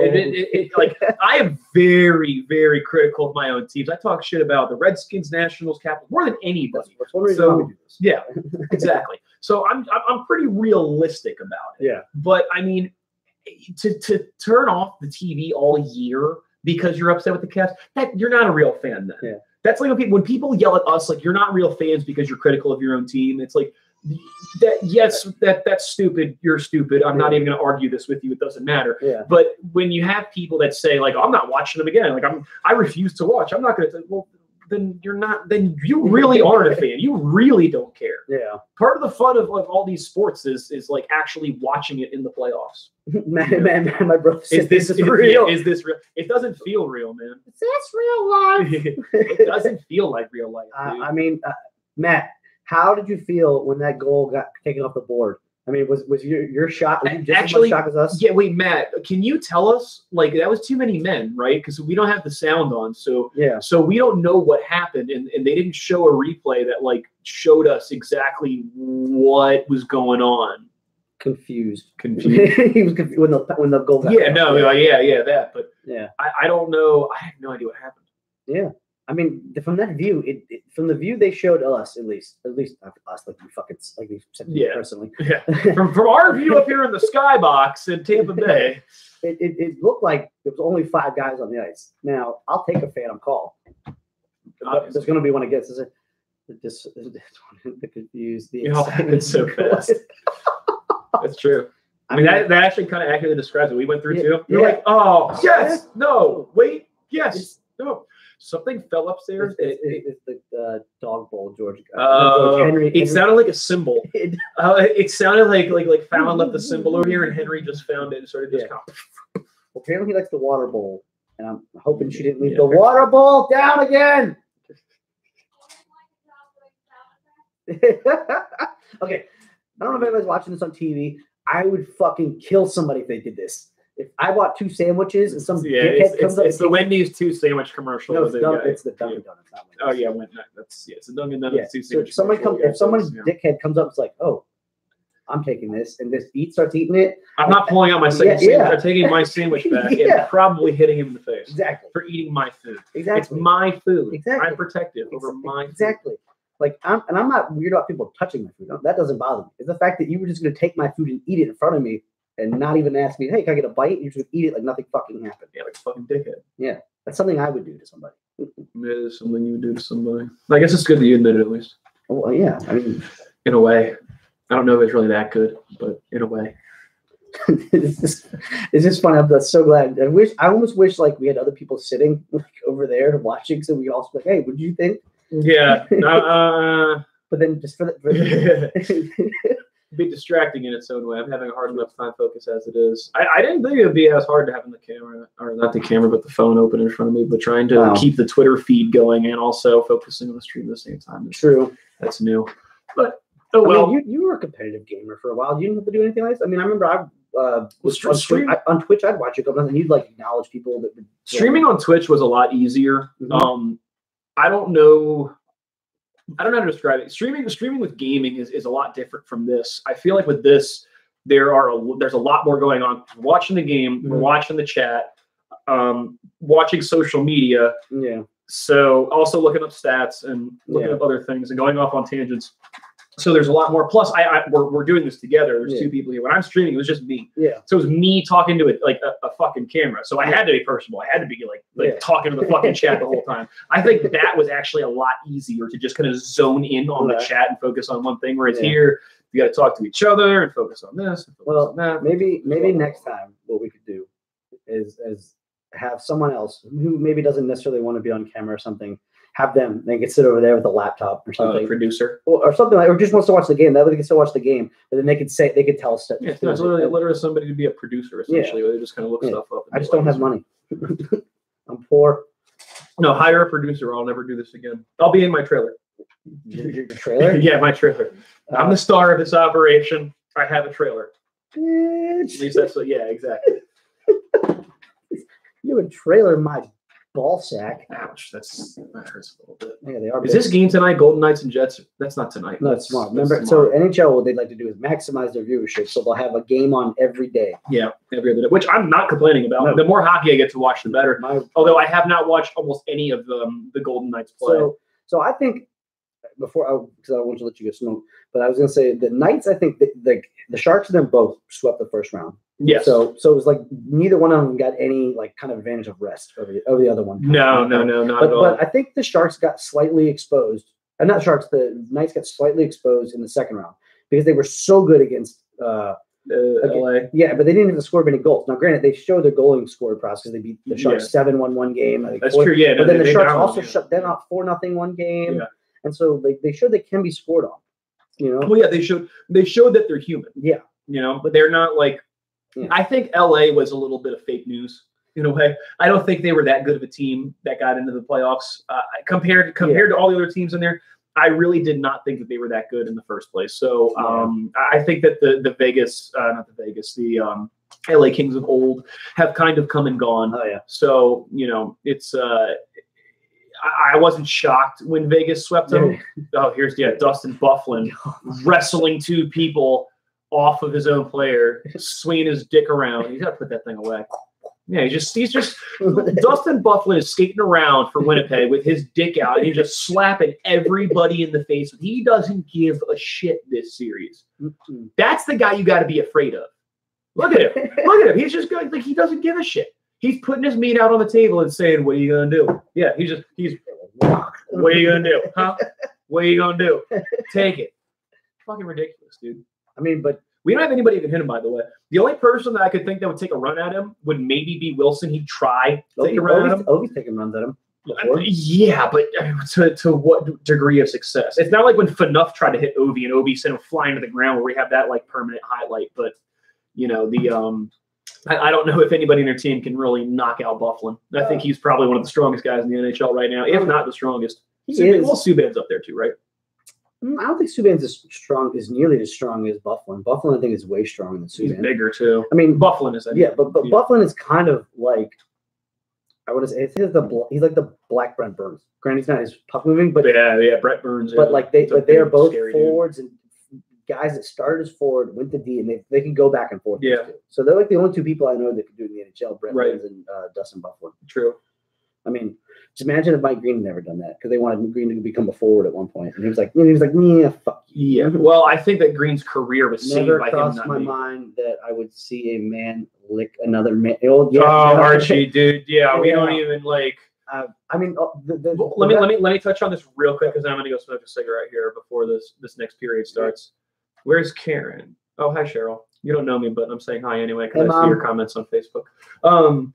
What was I going to say? So about Brad Marchand though, I can't believe that, dude. Like I know that there are people that do things that to purposefully get in your head out there. You know, you remember in high school sports, there were always guys that would do little things that, even in high school sports, I remember playing lacrosse, there would be guys that would literally get like this close to your face. Like whenever you were, play, like if you were defending you and I didn't have the ball, there'd be a guy literally this close to my face, just trying to annoy me, just being a dick. Yeah. But there's being a dick and then there's licking somebody. Now, granted, that is going to get under somebody's skin because you're like, somebody just put their tongue on me. Yeah. It's fucking disgusting. But it's all along the lines of biting somebody with Suarez. Yeah. It is the same thing as biting somebody. It's disgusting and it has no space in professional sports. But the funny thing is, I thought he kissed Komarov in the first matchup against Toronto. Lips, tongue, it doesn't matter, man. I'm not get your mouth off other players. I'm not saying that one is better than the other. I'm not saying that. But I'm saying the refs could have easily solved this with a misconduct penalty. You could have, if you slapped him a misconduct penalty at any time, even the first lick or the first one. Why were there so many warnings? Why did he get so many warnings? Why did he was worried about that if hypothetically if Brad Marchand would come out as gay, then it'd be like the NHL hates gay. Well, I don't think that's I don't know if that's a rumor. I did not hear that. No, I'm saying I don't think he's gay. Well, either way, but regardless, I mean, I think that it doesn't necessarily matter. You don't lick somebody. None of that matters. It's just you don't lick somebody. So anyway, right before this period starts, I'm going to run outside and take a smoke break. So Dan, talk to these three people that are chilling here. I'll be back. Drink your beer while I'm at it. Oh, wait a minute. I need my phone. Please don't drink my beer. I need my beer. Fine. Whatever. Peasant, leave me. You'll be all right. Just don't flounder. I'm not going to flounder. What am I doing? Oh, my God. No, but shockingly, the Caps have scored, by the way, we had that power play for all of 3 seconds, by the way, the Caps did. At the end of the first period, Caps have scored 11 out of 13 games this year on the power play. The 13 games they played so far, they have 11 goals. Not bad. Not bad at all. It is a very exciting game. It's very exciting. Did you see when Tampa scored and then they took the goal off the board? And then we scored right after them. And it was like, balls in your mouth. It was awesome. Pizer and I freaked out. You might be able to rewind the stream. I don't know. I don't know what your weird what your typing is, Mom. All I see is N. You have to use real words, Mom. And stop signing at the computer. I know you're probably signing it at me, thinking I can understand. I can't understand you. All right? No one understands you. But there's still Tampa is still. No, okay, thank you. You learned how did you even mess that up? The N and the O aren't even next to each other on the keyboard. They're not even close. Like, I don't know how you did that. But yeah. That's crazy. But there's a camera. We need to be able to figure out how to fix this camera on one day. I need somebody that's good at the technology. That's not me to teach me these kind of things. I don't even know if he can do it, but we'll figure it out. Hopefully so. But anybody listening to the game, do they sound? Do they not just sound like they're biased towards Tampa? I can't hear it technically, so let me know if they sound pretty biased towards Tampa, or if they're actually giving the Caps any sort of praise at all. That'd be interesting and nice to hear. I thought I heard my son for a minute. I don't know what he's doing upstairs. He's with his mom. But anybody else want to see? What is it? So my wife wants Vegas to go to the finals. She thinks because they work so hard and they're not expected to go, so she wants Vegas to go. Come on, that. No, don't think so. I don't want George McPhee to have any joy. None. No GM. Not for you. But surprisingly, this is coming up. This period is what scares me the most, though, about the Caps. This reason in the second period, I don't know if it's the period of the long change. They just don't do well. Not a lot of teams do well anyway, but they just seem notoriously bad at the long change. It's just not good, like not good at all. And I mean, granted, the Pens game, when we lost game 1, they gave up 5 goals in like 3 goals in like 5 minutes, and that was in the first like 5 minutes of the third period. So. This period is what's going to scare me, and my asshole's going to pucker until this period's over, and then probably the first five minutes of the third period, and then I'm going to be real worried for that point. But second period's about to start. Puck drop. T-. Oh, Basso, did anybody ever see the replay? I couldn't see the replay. Anyway, Pizer and I didn't see a replay of where there was too many men on the ice. All we saw was 5. So I don't know. Go Caps. I was really had in my mind that we were going to end that period on the power play. So hopefully this Caps get the puck in deep. Ooh, Ovi almost got in the face. Oh, Wilson just leveled a guy in the zone. Why don't we call that a power? Why don't we call that a penalty? All right, Kuzi with the net. Oh, right off Vash left his shoulder into the corner, cycling the puck back around to Ovi behind the net. Oh, touch pass to 18. Who's 18 on? Oh, the bank off the boards. Old Kuzi play against Toronto. I've seen that one before. I mean, the Rangers. I've seen that play before. Kuzi was notorious to do that against Lundqvist when we play them. Stay on side. Ooh. I feel like Kuzi's got to like a 50-second shift. It's going to be exhausted. Good keep. Oh, not a good keep. Oh, she's throwing the puck out of the zone. Throwing the puck back in. Vasilevsky playing the puck behind the net. Hedman, that guy is so damn big, Hedman is. Like, he's like a Char almost. That's how scary he is. Shoot the puck, Osh. Oh, Osh off the top left, off his left shoulder. Cats are really battling still. Did I miss some of it? Yeah, I missed a minute and 20 seconds. All right, well. We've had 4 shots on goal since. All right, good. So, oh, God. Did you almost? Yeah, I almost busted my ass on the way down. By the way, anybody watching right now, you should go check out. I retweeted it. You should retweet it onto the Bender Knows Best. Just go look at my page and retweet the Chris Baker's. Chris Baker is at this game. Swaggy P? Yeah, Swaggy P is at this game. That's not Swaggy P. He's there. But it's not Swaggy P. It's not his name. Swaggy P is the basketball player. No, that's Young. Well, he's still Swaggy. Okay. He's still known as Swaggy. I don't know why. Well, it doesn't matter. Either way. He's there, and he's wearing his Caps stuff. He's got a bunch of Caps fans around him. He took a video, and he was like, oh, they're mad. Look at them. Look at how mad they are. Oh, it's great. It's a good video. I retweeted it, so anybody that follows me on Twitter really needs to check that out. It's funny. All right, I'm going. But, yeah, we've actually had some good pressure. Yeah, even his Twitter is even C. Baker Swaggy. Okay. So just Swaggy. I don't think it's Swaggy. See, Swaggy P is Chris Young who plays for whoever. Wait, there's no P in his name, is there? No, there's not. So why is it Swaggy P? Where does the P come from? Is the P his middle name or something? I don't know. I think it's retarded. That his name is Nick Young. And he goes, well, yeah, it's like DeMarcus Cousins being called Boogie Cousins. I don't know where the Boogie comes from. Oh, come on, Orlov, score off! Oh, he fanned on it. Go! Anyway, JB, oh my God, what a stupid name! But it doesn't matter. Woo! Get Greasy. I know, right? God damn, dude. Wait, Yeah. Play it. Oh my God, it's so good. I wish. So yeah, we definitely need to make it so we can play videos on the stream too. Oh, you got the audio. Yeah.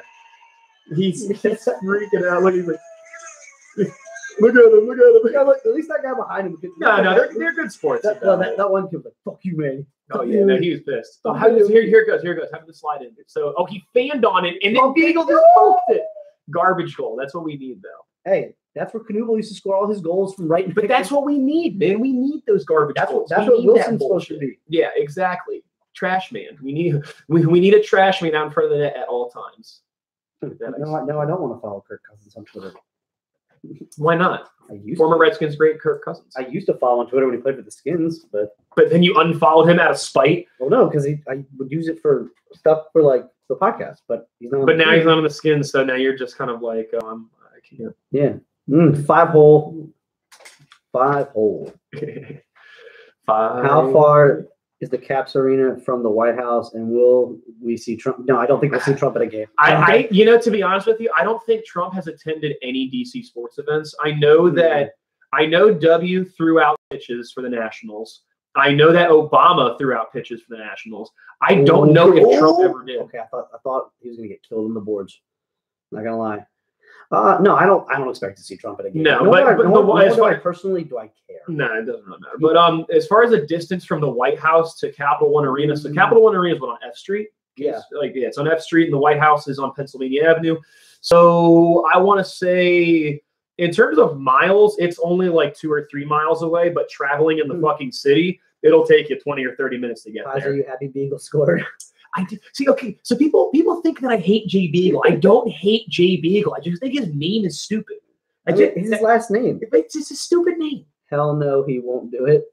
Hell no, he won't do it. Yeah, no, I think she's saying Trump won't go to the game. Yeah. I honestly, I don't think Trump cares outside of football. Then this is no joke, because he for the longest time wanted to own an NFL team. Yeah. That was like a huge thing for a while. Back in the 90s, I was really young, so I don't really remember it very well. But I remember my dad told me, like, back in the 90s, Trump was constantly trying to own a football team. And he finally did in the USFL. And there's a good documentary about it. Trump is part of the reason why the USFL collapsed. So if you're ever pissed off in the spring because we don't have spring football, blame Trump, because we had spring football for a couple of years. And then Trump decided to go head-to-head with the NFL.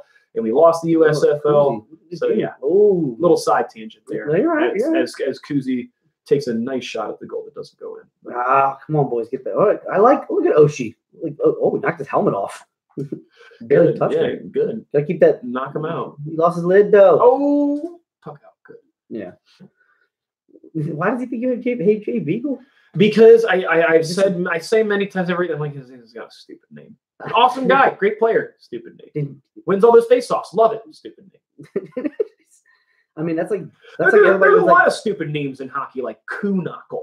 That's a stupid name. That's more dumb than Jay Beagle. That's like who was it? That's like everybody like I like it. And it'd be like Brooks like, but it wasn't spelled L-I-K. Yeah, Brooks like. Kick it in. He looked like he almost kicked it. Brooks like, that's another stupid name. There's some good ones, really good ones. I think the best one is Justin Abdelkader. What about Cam Stoner?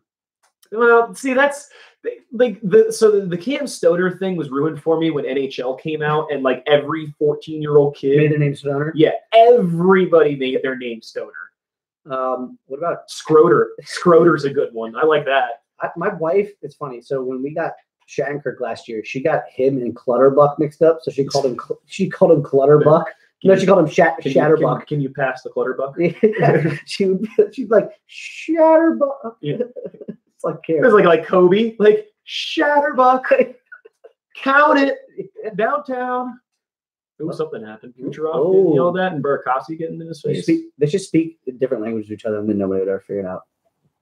I don't know how far they would get anybody. Burakovsky also, I haven't really seen a whole lot of them in this game. Oh, Kucherov's going to the box. Oh. See, that's one of the downsides about not having sound is that we miss what the penalties are. Yeah. But outside of that, I don't know if they're offsetting or actually. I can just check Twitter for this, or somebody in the chat could post what happened. Well, I asked if anybody saw any of the goal. Oh God, that looked painful. Some female gymnast was doing a thing and vaulted and landed between her legs on the. Kucherov got called for roughing. Oh, okay. So I didn't see Target was cheers at this game, so I'm just gonna. If you're just gonna start like following people that are at the game to just keep the live feed up, it'll make it easier. Yeah, every time I see commercials at Vegas, I'm like, they need to stop. They need to chill out. Okay, you need to be bad for a little while. You guys need to relax and be bad because this is ridiculous. I said we were outside, and I was like, my wife wants a which Capitals player has a rabbit's foot stuffed in his pants? What? That's news to me, Matt. If you know the answer to that, you might be the only one. Yeah. Do you have some insider info, Matt? He was in the locker room earlier, and he was like, "So that's what he does. Just it's not a cup." He's diving through the No, bag. he's like, "It's not a cup. I knew it. I knew he put something." That's a tiny protector. It could not be his natural bulge. There's no way that's his natural bulge. Not a chance. No, Lord, it's so bad. That'd be the tiniest protector ever. A rabbit's foot. Yeah. Be really soft though. Bet it'd feel really good. Oh, Capital One Arena's having a viewing right now. What the fuck? They did that for a few other games. Somebody Snapchatted me that they were at It was Mike Greer and Chris Simon teammates. Yes, they were actually. I think for a small bit of time, Chris Simon. Yeah, because they both wore the Capitol Building logo. Yeah, they were. Then Mike Greer went to play for Buffalo after that, I think. And then Chris Simon went to the Islanders and slashed him on the throat with a stick. You just got to pick the stick up and just whack somebody in the throat. He got boarded into the boards, and then he got up after that and slashed the dude in the throat like a high two-hander. Get another one. Open the floodgates. Moving the puck around. Can we win this game 7-0 and just set the tone, please? I mean, the sad thing is the Caps aren't doing this high flying, breakout tons of breakout. No, this has been clean hockey. This has just been good setups, controlling the pace of the game. Yeah. Playing our own style. It's like I said, dude, it's like the monkeys off their back. This is a different team. The way they're playing is just insane. Oh, man. The Danish twat puts it in. This is 2 for 2 on the fucking power play. What am I watching right now? Is this the Caps? Is this playoff Capitals? Is this we just had to get past the second round and suddenly we could just be unstoppable, as he said early into game 1? Well, I mean, hey, at least it's not a 2-goal lead. Either we're going to be really happy or it's just going to be the most monumental. Wow. Way to stay with that, Oshie. Yeah, Oshie got that extra. That's 2 goals. By the way, 2 goals now, right on the goal now. Yeah. And that was also a whiff. Yeah. That is another one that came off a whiff. Yeah. Guys being in the right position, playing all the way to the end. Yeah. This is not. It's funny because, granted, Lars is there for Nikki, so this is obviously it's not something normal Cats fans are seeing. Because first it's like, wait, why is Lars out there? And I realized, Nicholas Backstrom's still hurt. But I mean, that's good on Oshie. But that's the thing, though, is the fact that they're being productive without their stars their best center. Yeah, it's the best feeling ever to see them playing like this without because you can only imagine what it'd be like when Backstrom comes back if he comes back. Apparently, his injury's really bad. I heard on the radio this morning they were talking about how they were trying to fit him with a special glove or try to fit some special padding. I mean, the theory is a broken hand. By the way, I don't know if you heard that. Well, I saw where it hit I saw that hit his glove, and I can only imagine. Yeah, it was a block shot that hit his glove. Yeah, so it looked like he broke his hand. That's where the most padding is in the glove. Is about right here. There's a shitload of padding right here, and that's it looked like where he got it. I mean, dude, but if you get a 90-mile-an-hour frozen puck shot right to the hand, also could have been if his hand was flexed, tightened, closed a little bit. Unless his hand, because if your hand's like this, is the most protection. Yeah. If your hand even like this a little bit, the padding is separated. So that could have been what happened. True. All right. Yep. Another broken play. Broken stick. Caps taking advantage of stuff early. I thought it was 5-0, but let's just, let's just run it up. Let's not get ahead of ourselves. That's what I'm saying. Win 7-0. Set the tone. Yeah. And don't let it be a fluke either. If we split this series, let's say Tampa Bay comes out and I don't want to call this game before it's over, sloppy. especially because they just came right in like that. But let's say that we keep this up, we take this win. If for some reason we lose next game, make it be close. Keep the momentum, put the pressure on them, make them feel like shit. And that was our own guys creating a play for them. The way to stay with it, Holtby. Look at him out of his crease, playing high. I like confident goalies like that. Yeah, the ones that challenge. Me too. Not everybody does though. No. Lundqvist isn't. Lundqvist is notorious for standing on his goal line. That's true. Well, I mean, look at Brodeur. Well, Brodeur was an extremely aggressive goalie, and he's arguably one of the best in history. True. Arguably the best. Yeah. For him to be able to stand up, play. I can barely read Pedro's Serrano and Jobu give us Pedro Serrano. Major League reference. Yeah. Great movie, by the way. Yeah. Fantastic movie. Not gonna lie, when I first read that, I was like, "What are you talking about Star Wars for?" And then I realized he's like, Serrano need hat for bat. Yeah, those look like Star Wars names. And it's like, we're not in the Mos Eisley Cantina, bro. Yeah. I don't know what you think is happening right now, but it's not happening. You get a beer. Are you? You want another one? You got I could use another beer. Yeah, let's keep this rolling. I'm feeling good right now. It's not a sad beer, which is nice. Yeah. Usually, right now, it's like, do you want another beer? As in, like, we're watching the team lose, like, 3-0, but it's not happening. Your beer's been in the fridge longer. Oh, has it? Yeah, I just more put these in land like 2 shark. hours ago. I put the beer cans in like 2 hours ago. That land shark's been in there for like 3 weeks.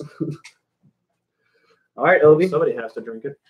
I mean, now I have a reason to have it here. If you're here to want it. Yeah, dude. If you keep showing up if you keep having land If I shark, show up with land shark, I will keep showing up. I think this is the Let land me shark. get the product placement right in. Yeah, official land shark, right in the dead center, if I can. Hans Hot. He's saying Han shot first. Han Solo yeah. shot first. All right. Well, it looks like Tampa Bay's got a pretty decent rush right now. Do you have how many shots they have this period total? Because it still looks like we're dominating play completely. It doesn't even look like that the Lightning are in it at all. I mean, still. they haven't really been in it. I mean, we've been sealing off the boards, and we've had those little bit of miscues in the middle, and that's what was yeah. The thing is, like the miscues that are happening in this game are the miscues that happen in every game. They're not make or break. And I mean, even right there with the Lightning fumbling the puck in their own zone, it's just they don't look like they're ready to be here. They don't look as ready as us, and I'm perfectly fine with that. I mean, keep it up, please. Make it easy. They have 5 total shots. We have 15. Yeah, so we're halfway through the game. We are literally at the halfway point of the game, and they have 5 shots. That's you're not going to win a hockey game with 5 shots on goal halfway through a game. Yeah. Did you bet that goalie for the Phantoms? The AHL had 94 saves. It was like, I think it must have been 94. Did he get the win? Please tell me he got the win. They won. Okay, listen. If you get 94 saves and you don't get the win, somebody in that locker room is getting a skate to the neck, Happy Gilmore style. It clearly went to overtime. It was the Lehigh Phantoms, so it was the Phillies minor league team. Yeah. But yeah, he had 94 saves and I think he got the win. Yeah. It was like most saves ever in a game. I was like, it has to be the most saves. It's 94. I'm trying to picture 94 shots being taken. That's so much shooting. Yeah, I'll look it up real quick. Yeah, I need to see like what the stat line for that game was, because that's absolutely insane. By the way, to all the people here, if you're not subscribed to the YouTube channel, be sure that you do. We do these live podcasts. We're probably doing them for all the games if we can. Yeah, at least if I can't do it, you can do it. Yeah, we'll try to do more live podcasts as this is going on. So be sure you subscribe so you can see when that goes up. Other than that, yeah. Especially now that we've exercised those demons and people want to apparently come talk again. Well, it's actually been really nice on Twitter because I follow hashtags a lot because you'll find a lot of casual Twitter users still use hashtags. It's the ones that use Twitter a lot don't, which is funny. But when you go to the all caps hashtag, which is what brings up the logo next to the name on Twitter, you can just see everybody in 5 overtimes. That's a lot of overtime. So 5 overtimes now I can picture 93 shots. Yeah. But yeah, like in the hashtag, during the Pittsburgh series, it was all negative, all scared, all freaking out. And now it's all about it's okay to believe, positivity, do it for DC. I'm seeing DC Family, which is the Wizards hashtag, with One Pursuit, which is the Nationals, and HTTR right next to it. It's coming together. And while we're still a commercial here, one thing I wanted to bring up that I heard earlier today, I'm trying to find it, that was being brought up is like how important it is just for the city of DC to get to the finals. Not even to win, but just to get conference there. Finals. The conference finals, but also the Stanley Cup finals, if they can do it, because it brings back the idea of the culture of winning. When one sport, one team is able to kind of make that push to show that, hey, we're serious and we can do it. And this town is not about losing in the second round. This town is not about losing right away. It's important to see the Redskins Twitter and the Nationals Twitter and like all these, them coming together and supporting DC. It's really important because our town is very trendy. A lot of people that end up going to our games, unfortunately, are tourists and people that don't really care, and rich people who don't give a shit. It's an honest truth that's a lot of people that show up to these games. So we need all these fans back. We need the diehards to be willing to spend $500 so they can get rid of all those rich people who are just like, oh, let's go see the hockey match today. The ones that aren't going to cheer, let's go Caps. We got to get them out and get the diehards in there. The people in the seats need to be the ones that are going to get a tattoo as soon as like the series is over. Yeah. Those are the guys that we need to get in the seats, not the ones that have are driving the Mercedes, which unfortunately in this area is a large part of the fan base. Yeah. No offense to anybody who drives a Mercedes. I mean, I drive a Mercedes 500. Where will the NHL draft be held, and who will Buffalo? Buffalo's gonna. Did Buffalo get the first pick? If they get the pick, they're going to the Swedish defenseman. I forget his name, but I know who you're talking about. Dahlin. But yeah, he's gonna go first. Everybody was like, who's gonna get this guy? Rasmus Dahlin, I think is his name. I think. But I mean that's. I also don't know where it's going to be held though. But yeah, that Swedish defenseman is going to be the one that goes first. Yeah, for sure. But I don't know where it's being held. To be honest with you, I don't think I've ever watched the NHL draft. I've always just kind of looked at the updates, and only for the first round. Because after the first round, there's no way I know anybody. I would watch the first round's fun. Is hard to watch because it's like the NHL draft is the new free agency trade deadline day. That's what it almost becomes. Because trade deadline is come and gone. It's a thing of the past now. And this year there was a huge trade deadline. Well, this year, the trade deadline was crazy. But it wasn't still. It used to be a lot bigger. It used to be huge. The wheeling and dealing days are over, but now it's like the draft is the day that normally it happens now. Right. So I mean, that's unfortunately Mikey hates this when I bring this up is when the Caps traded the first round pick for. That's my fault. No, you're fine. No, they traded the first round pick for Troy Brouwer. Oh yeah, and who ended up going to that draft? Wasn't Tarasenko, was it? I don't know. It probably was. Something crazy. We could have got something out of it that we ended up not getting. Yeah.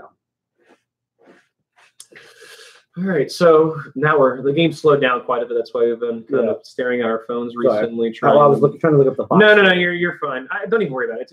You get off that. We're done with that. No. Draft.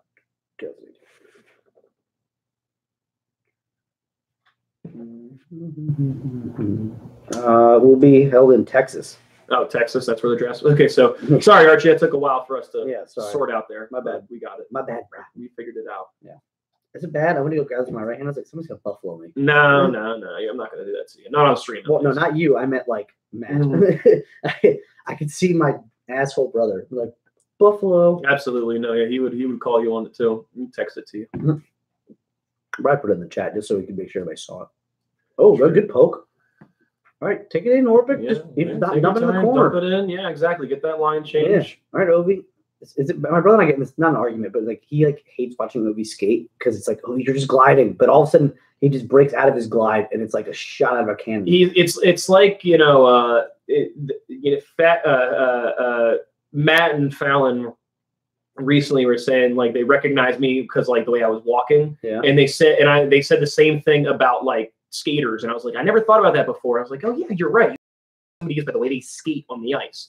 I've never really noticed how people walk. That was a new one to me. But as far as how people skate on the ice, you can always tell when Ovechkin gets the puck because he does that hop, the hop, stutter, step run where it's like two little. Like I literally hear my head. That's what I hear in my head whenever his feet start moving when he first gets the puck. You can see it every time. He skates the same way. So the sudden burst of energy every time. But that was a good that was a good offensive zone. I'm surprised he didn't go twister pass on that one. Kuzi? Well, he kind of did with the spin. I mean, what's nice about what's happening right now is that when you're up 4-0, you can get a little bit fancy. You can do a little bit of crazy. You can have a lot more fun. You know, you don't have to be. All. I mean, obviously you want to keep your nose to the grindstone. You don't want to let them get back in the game, but you have a little bit more room. What I like is they're talking still. No, don't take any breaks. Yeah, don't take any time off. Make this score bigger. I mean, don't give Tampa any reason to think make this score so bad that they don't pull the goalie. That they literally just can see. Oh my God, did that go in? I saw the goal move. And I thought it hit the crossbar or something went down.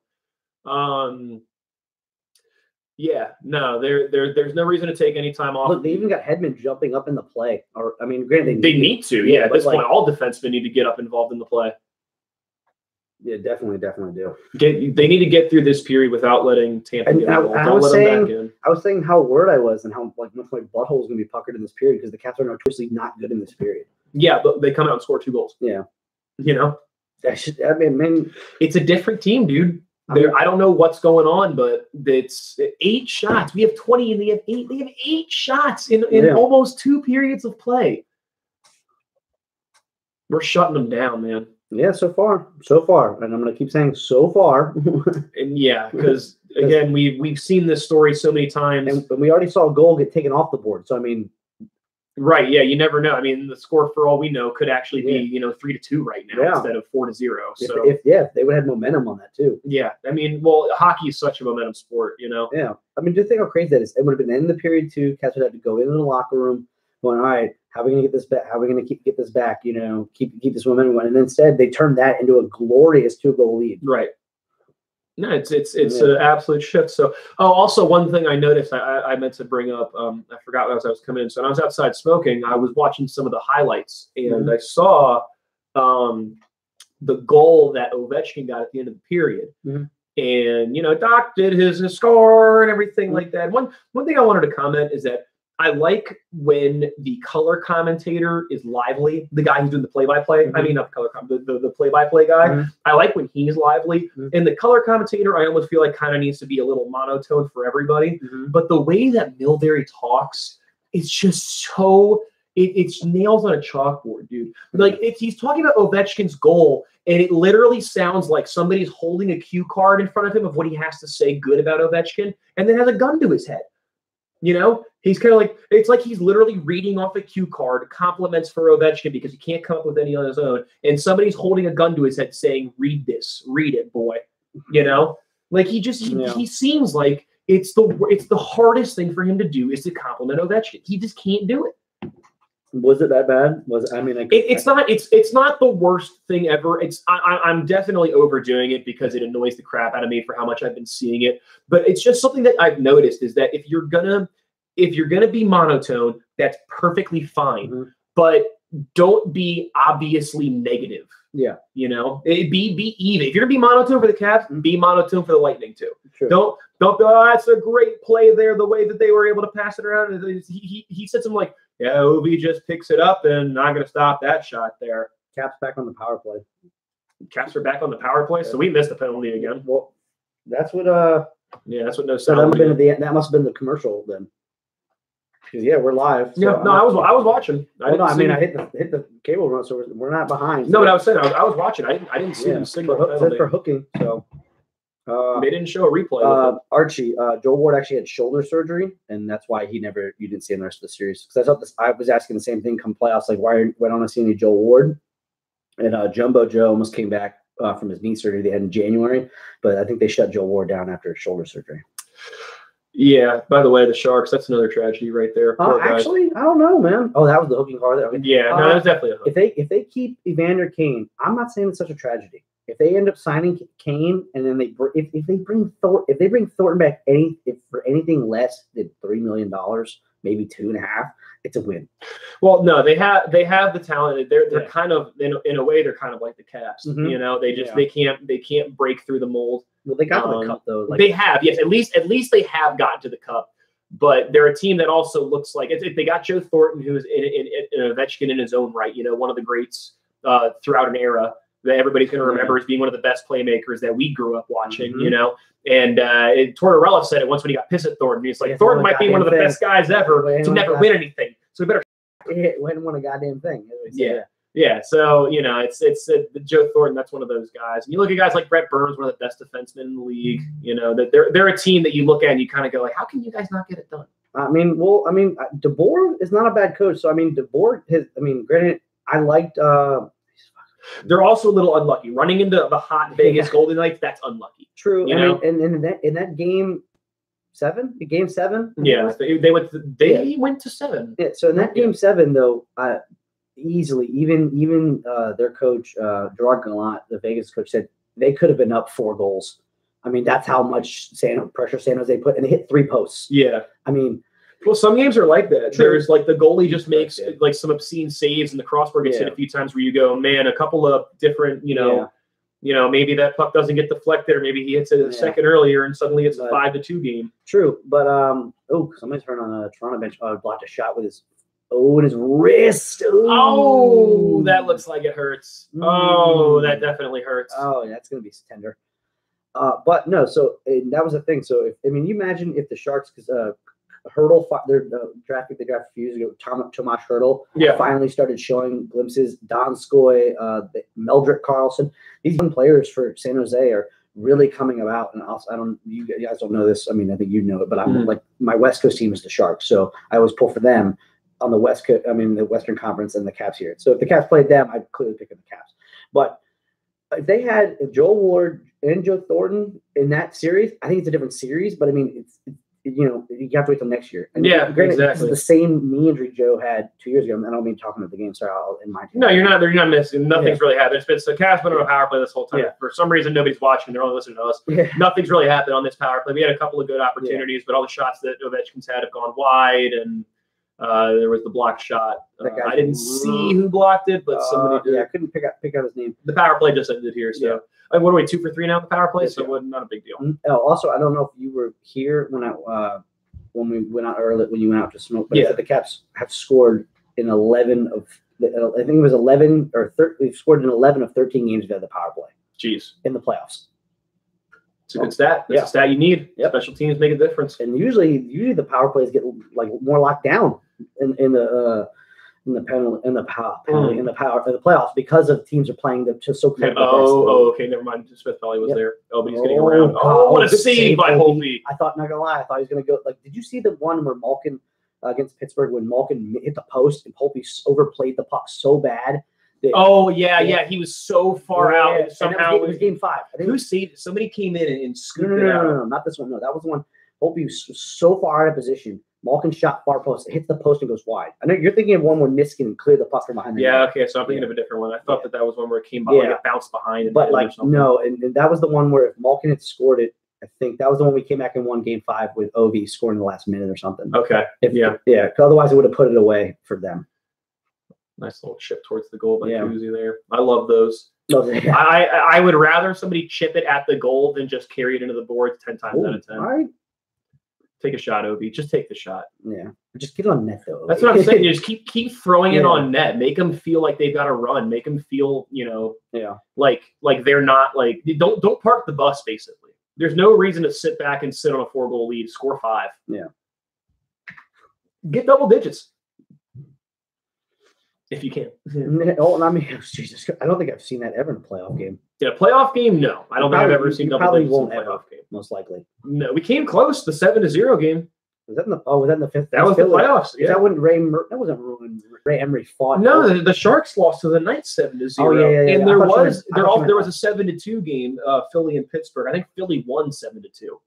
They lost the Philly-Pittsburgh series. The first series was back and forth blowouts. I think Pittsburgh won like 5-0 or 5-2 the first game. Yeah. Then the next game they won like 6-1, and then another game it was like 7-2. I mean, every game. Wow, way to chip it right at them. But that's what I'm saying. So you can do it in a 4-goal lead. You can do a couple. See if you can get a couple weird goals. Do it stupid.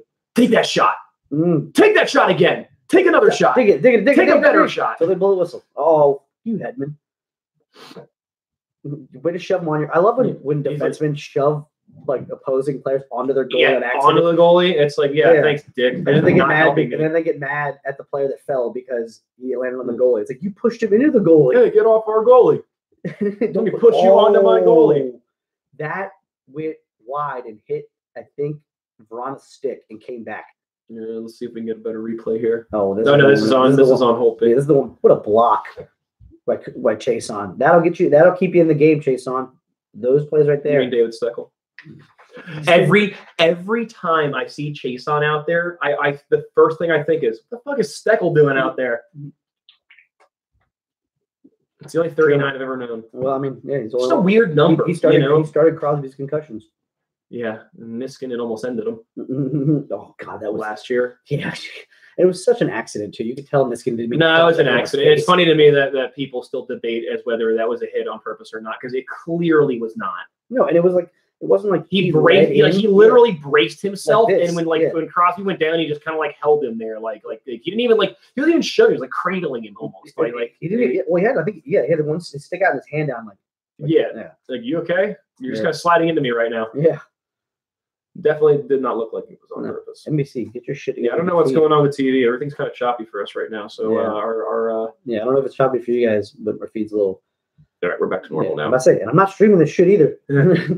I pay my cable bill. Oh my god, that would be the worst. To, like, have your cable cut off in the middle of like a stream. Yeah, right. That would be terrible. That would be. I'm going to take my smoke break early in this intermission. That way I don't miss anything coming back down. All right, hurry up. No, I'm going to wait. I'm going to wait till at least this period's over.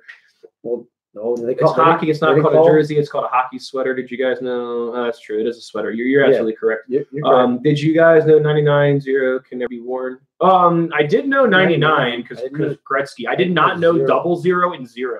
I think because no, I think no, I don't think. I think it's just because it's such an odd number. I don't think they want anybody to have a thing that ends in 0. I don't think anybody's ever won 000 that I know of. And that could be why. 0 or 00. Yeah, I think the NHL may have put that rule, but I knew 99. Yeah, 99 straightforward because it's the great one. And then I heard at one point in time that I don't know if it was baseball was trying to, or there was a petition to try to get number 42, not banned but retired from all sports. Oh, because Jackie Robinson. Yeah. But I think Joel Ward, was like, I don't want to take away because he's wearing to honor Jackie. Yeah, exactly. It makes sense for baseball, but Is there Archie? Do you have any insight as to why you can't wear 00 and 0? Because that's news to us. The only sport I can think of where you can wear 0 is basketball. I don't know if any soccer leagues out there have numbers. So I don't know if anybody's rocked a 0 there, but I feel like I swear I don't think I've seen tons of 0s in basketball. Even Gilbert Arenas was a 0. Well, that I think Russell Westbrook is 0. Yeah. There's no 00s though. I don't know of any 00s, and maybe football like way back in the day. I can totally see a 00 linebacker in like the leather helmet era of football. Well, I was gonna say hockey. I don't think I've ever seen hockey. I don't think because even the Caps do the rookie stuff. Yeah, they just wear the same numbers. They're two different guys. They'll share a number. They don't even do. That's true. Yeah, although I did see somebody was wearing a what was he wearing? What? Like a 32? Somebody was wearing. Oh yeah, it was a Kuznetsov jersey from when he was a rookie, or was it Kuznetsov? I think it was Kuznetsov, and the number was wrong. It wasn't wrong, but it was his training camp number. Oh, could have been. So it was like the first jersey that came out. It was like number 30 something, or like 32 or something like that. And I remember I sent it into like the Capitals Twitter. I was like, "What the hell's up with this?" And they were like, oh, "That's his old." Did someone pass away from the Vegas team or something? No, isn't that how many people died? Oh, I think 50 died in the Vegas thing, the Vegas Strong thing. Yeah, that's still sad to hear something.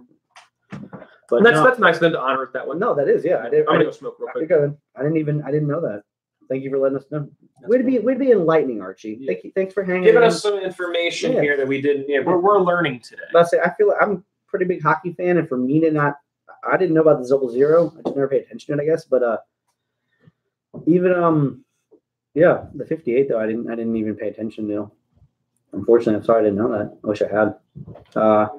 Also, anybody else still leaving their sticks out for Humboldt? I know I still have 2 sticks out. I just left them out for like the last couple of weeks for Humboldt. I know it's something small, and if you can give money, I don't know if the GoFundMe page is still going to the GoFundMe whole Humboldt page.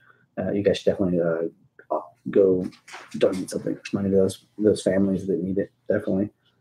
But surprisingly, I'm glad I ate my words. I'm not as clenched. I'm not as clenched as I thought I'd be, unfortunately.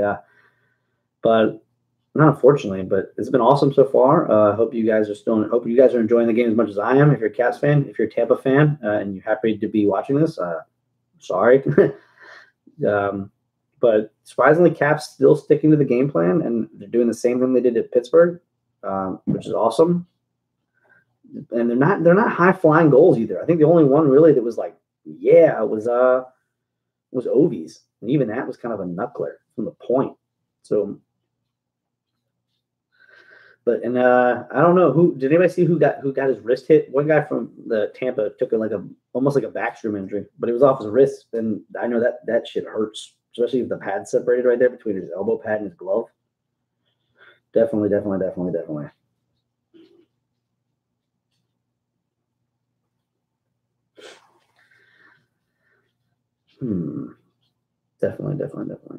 Oh, I wish I could do I don't think I can do the audio. I wish I just had the audio playing to hear what Eddie Olczyk's saying.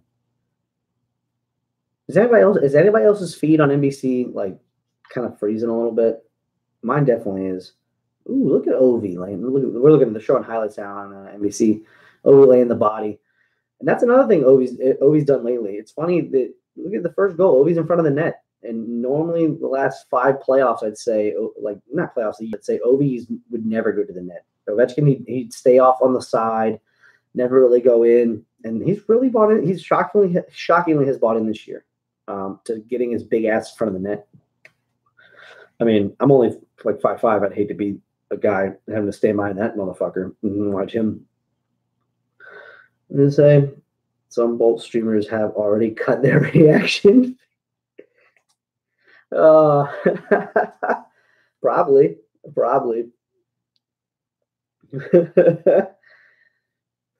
I mean, this game I think would have been so much different if that first goal that Kucherov had technically scored had it stayed on the board. This game I think would be completely different. It's so crazy that goal got taken off. And unfortunately I had anybody, and we'll keep asking this question until somebody answers it. Has anybody seen a video clip that shows 6 people on the ice that's not including the goalie? Because I haven't seen it yet.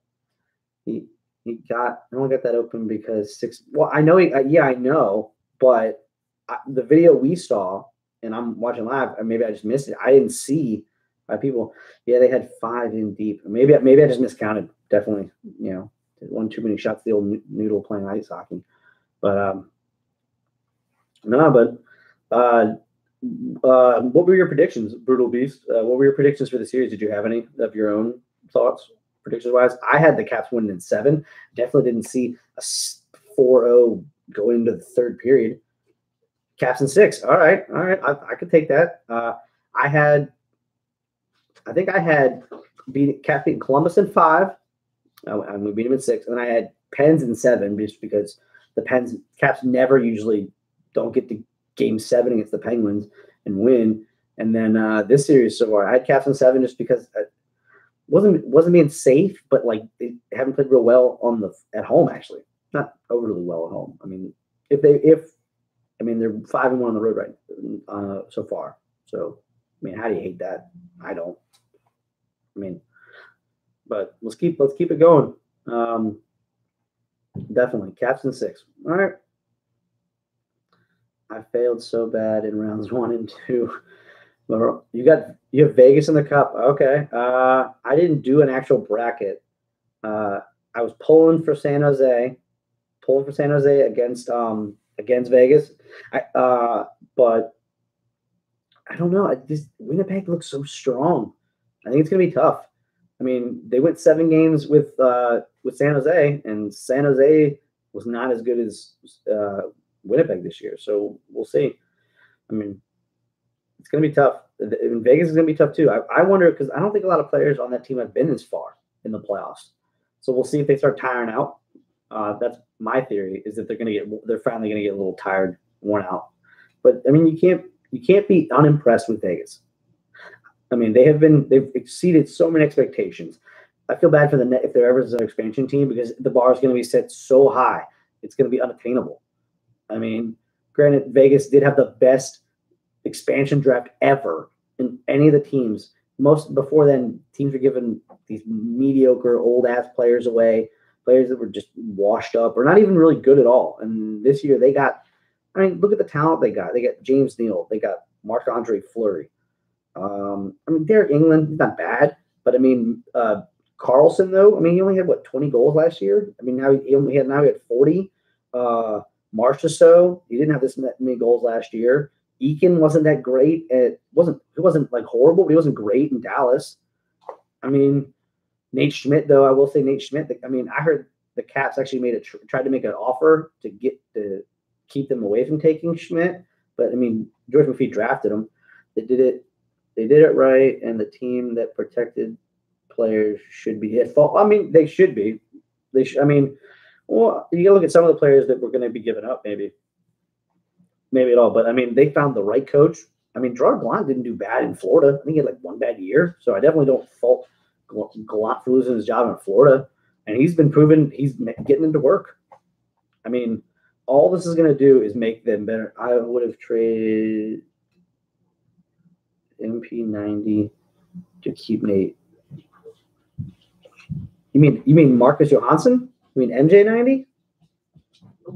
I'm hoping that's what you mean. I'm hoping that's what you mean, Marcus Johansson. I mean, okay, yeah. I wouldn't. Yeah, I mean, probably. I mean, if you would you have traded Marcus Johansson to keep Nate Schmidt? Yes, absolutely would have traded Marcus Johansson. So Brutal Beast chimed in with some questions. Yeah. So far, and he's kind of going back. He already cut their reaction. Yeah. That's funny as hell. Yeah, I'm reading. I'm catching up on all the reading. So right now. I mean, I don't see where you're wrong. I mean, I think the one thing they were trying to protect was I think Grubauer and Nate. I mean, but I mean, Grubauer seemed to save the Caps. They wouldn't be where they are if it wasn't for Grubauer. No, actually, yeah, and people, they kind of forget that even though Grubauer did come out and kind of lay 2 eggs against Columbus, he was a vital part of our season, which is funny because early in the year he was not doing well, or no, it wasn't that he wasn't doing well, it was that our defense was playing like shit. I remember there was a quote from him that was like, "I'm tired of fucking losing." Like it was a headline. Yeah, that he was sick of being the guy who would play on back-to-back nights or like he'd play the second night or whatever it was, and he would be like, "Everybody's so tired," and so whenever I go out there, I have like an 86% save rating because we're not playing defense. Well, also, they wouldn't score anything either when he'd play. Yeah, and it was an issue. I remember when we were talking. I know Matt and I even talked about this a couple of times earlier in the season. Our group chat would talk about it. We were just kind of like, it does not feel like I'm not allowed that group chat on. Yeah, exactly. But it just doesn't feel like they have any chance because their defense can't do anything. Yeah. And then we pick up Kempney and Garabek. Yeah, Garabek, and Garabek was terrible. I'm glad that we sent him back down, but Kempney really worked out. But at the time, I was like, we just picked up Chicago's third line defenseman. Yeah, at the time, third pairing. Yeah.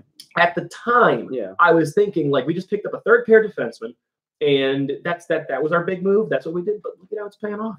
Well, yeah, but my brother Matt asked, so through 2 periods, Caps are 4-0. Do we see any weak points in the Caps game that need to be cleaned up? I mean, I would say just those little giveaways in our own zone that we've had, but I mean that's a standard. But I mean, I've seen a couple, like maybe 3 or 4 so far this game where they've given up in our own zone, but luckily we've had enough people back. I don't think there's anything that I would nitpick at per se for this game specifically, but I would definitely say that at the end of the second, they started looking a little bit sloppier. But that could just be regular fatigue from the fact they've come out swinging, scoring 4 goals. What I will say about being up this high is they can roll. I mean, which is anybody watching, they can roll. Capitals can roll all 4 lines now, though, and they don't have to worry about forcing all this time. Right? Company, which is especially since essentially in the first series they played 7 games. If you count all the overtime periods up. And then they played 6 games against the Pens, but they did have like 3 or 4 days off to rest. That's true. There were some breaks in there. And then, so I would say if this is great for them so far to keep maybe not so. I'd say maintain. Not necessarily anything to clean up. I'd say like it's all about maintaining right now at least. And then Archie said, "Are you guys going to miss the Sedins? I don't think they ever host. No, they never did host Lord Stanley's Cup. They got all the way there." And then the city of Vancouver got burned down after they lost there. And Tim Thomas deserved a goddamn goalie interference penalty for decleating, I think, one of the Sedins. Yeah, in front of the net. That's a tough one. The Sedins were good guys, man. They deserve to hoisted the cup once. And I think part of the reason they didn't is because everybody hates Ryan Kessler.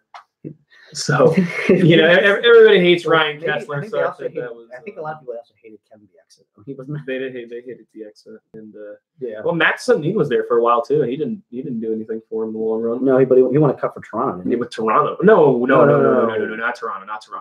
I don't think he won a cup either. But he's a Toronto legend. Matt Sundin. Because he's awesome, but he still didn't get to hoist it. I mean, the Sedin twins. Yeah, I mean that's Sundin. Oh yeah, the Sundin. Okay. Yeah, Sedin. Yeah. So Daniel Sedin. I'm gonna get to Brutal Beast. Did you ever see somebody put a meme out that said the Gretzky brothers are the only 2 brothers to have this many combined points ever? And Gretzky's brother has 1 point or 4 points. He has 4.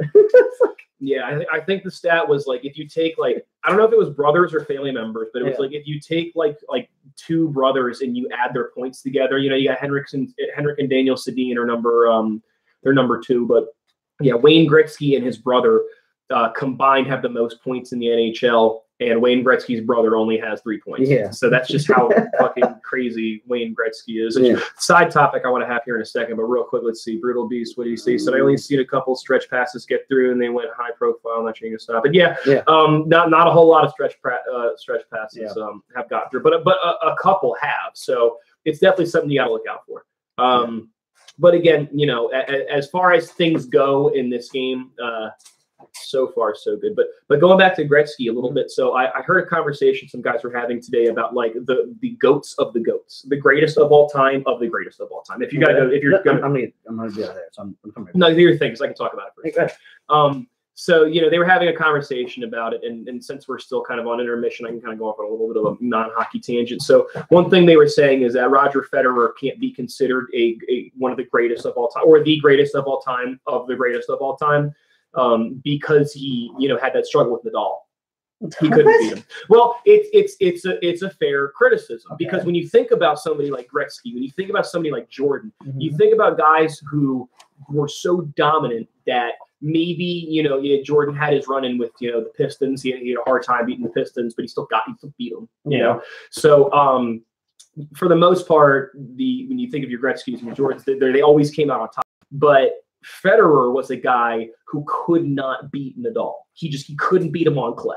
Was he? Okay, but I'm not taking anything away from Nadal, because Nadal's the man on clay. No. Was he not hurt some of those times on clay? Yeah, well, either way, I mean, he still couldn't beat him. So that was his knock. Why he could not be considered the GOAT of GOATs. And Ali was one they brought up too. And even Ali, for me, he was the first one I thought of when I thought of the GOAT of GOATs. I was like, that's a big one right there. But then when you look into Muhammad Ali's career, people often don't talk about the last couple years. He got his ass beat a couple times. Now, where he gets more credit than a Floyd Mayweather, because Floyd Mayweather, despite his perfect record, is not the greatest of all time with boxing.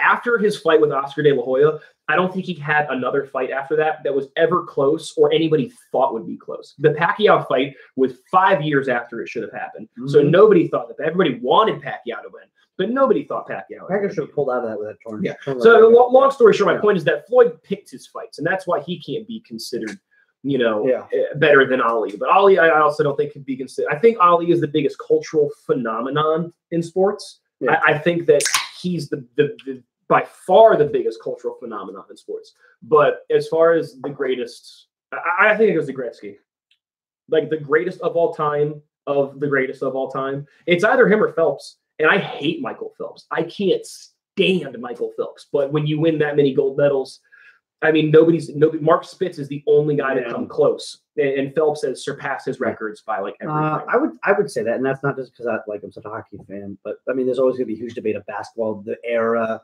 You know what I mean? I mean, and I would still say, unfortunately, in basketball, though, how do you not quantify Bill Russell with 11 championships? Yeah, but that's what I'm saying. That's the debate people get into, though, is that you go, is championships all that matters? If championships are the only thing that matters, then Bill Russell's the best basketball player of all time. I think Jack Nicklaus is the best golfer of all time, which I think, but there's usually a debate between Jack Nicklaus, Arnold Palmer, and Tiger Woods. No, there's another one. Sam Benny or something. That's the guy who has the most wins. He has the most tournament wins. I can't remember his name. He's old though. He's dead. I thought it was Tom something. No, I think. Well, there's another guy they always put it. His name is Tom something. Maybe it doesn't really matter. As far as golfers go, I'm not going to say Jack Nicklaus is the greatest of all time of all the greats of all time. So that there's no way that I'm ever going to make that debate. I don't know. But I can see that. Yeah, I mean, but I mean, I give it to Gretzky. It's funny, but it's funny. Like when he left Edmonton, he never won another cup. After he left Edmonton, after he got traded from Edmonton, but then in his point streak, also I think injury starts. And they pulled him. They Lou Dominguez now. Oh, they did. I just tweeted that. I was like, I want us to score more, so they pulled their goalie. But yeah, I think I got to give it to Gretzky. I mean, so many. I mean, even basketball, like hypothetically, like LeBron in 2 years could get real close or not passing all the time scoring. I think that when you look at sports like basketball and baseball, I don't think you can ever consider a baseball player one of the greatest of all time, because there's two things. There's the color barrier and the steroid era. Because I think Ted Williams is the best baseball player of all time. But he also played right when the color barrier got broken. Yeah. So unfortunately, not enough people came into the league to actually, not enough minorities came into the league to actually like kind of give the whole, sample size. So that's hard to say. And then you say Barry Bonds, the best hitter of all time, one of the best. He was an amazing defenseman. I mean, he won so many Gold Gloves. Yeah. So then you look at him and you go like, well, but steroids. Yeah. Anyway, now I'm done with the baseball talk Yeah. here because actually the Caps game is back on. Yeah, Ovi just had a pretty.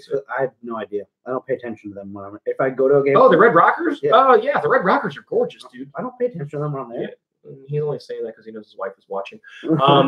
But yeah, no, the Red Rockers are gorgeous. I'm single, so I don't give a shit. Yeah, you can say whatever you Yeah, want. I'm I'll not say saying. whatever I I just seriously, I don't pay them any attention because I don't understand why hockey needs cheerleaders. No, I don't. I don't understand why they need Lying cheerleaders. like shit. And you take a look. No, I don't. Yeah, when I go to football games, I don't look at the cheerleaders either. I sit too high up to be able to see them even. Yeah, camera phone, zoom in. Yeah. Yeah. Widen it up a little bit and zoom in to the cheerleaders. Waiting for Joshua to shut up Wilder. Oh, Anthony Joshua to fight Deontay Wilder. Okay. Okay. I was like, I read that too, and I was like, I don't know who Josh or is like. Is there somebody named Josh in your basement that's pissing you off right now, or somebody named Josh is stomping around? No, now I realize. Yeah. I mean, quickly. Well, I'll wait till commercial and I'll say it about that because I have a little thought about that. Oh, you have a little thing about that. Those two going at it. Yeah. Okay. Well, yeah. Let's get into that. Yeah. Hey, Brutal Beast. If we don't get into it, please remind us. I want to hear what he has to say about it since we got we had a little bit of play-by-play going on right now. Yeah. The period just started. Nothing of note so far. Pretty even. Cats look like they're going to just maybe play the dump and chase, the dump it in, wear the time. And it doesn't seem like the Cat. I don't want to say they've let up, but they're definitely not applying as much pressure. My wife said, your wife pays attention to them. I love the blonde versus brunette scrimmages. I have not seen that, but I need to check this out. See, thank you, Karen. I just don't. At least you agree with me. I'm not saying that they might not be attractive. I just don't ever pay attention. They look so young. When I went to Cats convention, they looked super young. Yeah, Fan Fest, they looked super young. Like I was like, okay, it's even illegal for me to look at those. No, they're over 18. They have to be legally. Probably. So you're good. Thank you. I think that's how it works, at least. I don't know. I totally made that up. For all I know, you could be a 16-year-old cheerleader. So anyway, good rap saved by let's talk about this and not statutory rape. Cats floundering a little bit in their own zone, but there's 2 redheads. I did not know that. Diversity. Karen, did you go Google these pictures? Oh no, Karen pays attention. I bet in the back of your head, you're like, yeah, there are 2 redheads. Dan actually keeps track. He has the calendar. I don't. Is there a calendar? I don't even I know. bet there probably is not a calendar. Did you hear about the Redskins calendar? Let's talk about that later. We'll talk about that. I heard something about it. Yeah, we'll talk about that's DC sports related. Yeah, we'll talk about then that. I heard. Oh no, Holtby! Oh, they're calling penalty on us though. Yeah, it's gonna be a hooker. Yeah, it's a hook or something. Slash. Yeah, we know what this means. That one's clear. Still don't know what happened with that too many men penalty. They said so. Brutal Beast got in there and said that there was 5 men in our own zone, I guess, and then the one came out of the box. So somebody just hopped on the ice for some reason. I guess, yeah. Wow. So some dumbass literally stepped on the ice and took a goal from them. That's what he said. Because I was like, we saw the replay and I couldn't tell. I didn't see anybody step out on the ice. Yeah. All right. Hopefully they don't score here.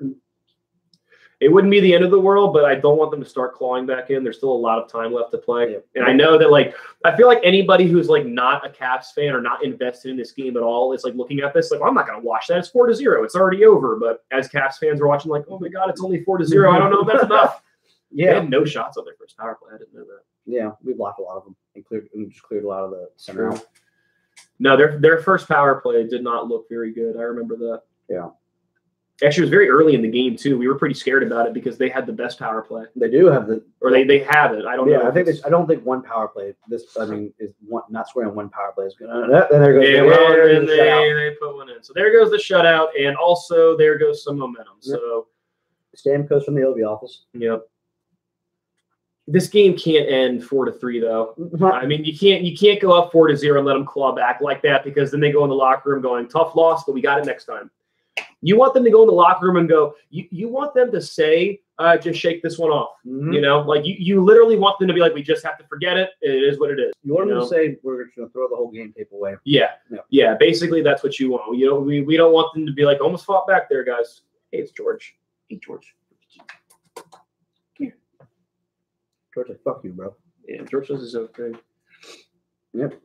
Did I tell you about when he heard me talking shit? And I was laying down on the couch down here. No. And George like kind of walked over top of me, then climbed up on the cat that's underneath the table you can't see right now. He like literally walked on top of me to wake me up, and then he jumped on top of this cat climber and like started staring out the window and started cussing at him. And like eventually he like slowly turned his head towards me and just kind of looked at me like, "You talking all that good shit, bro? What's up?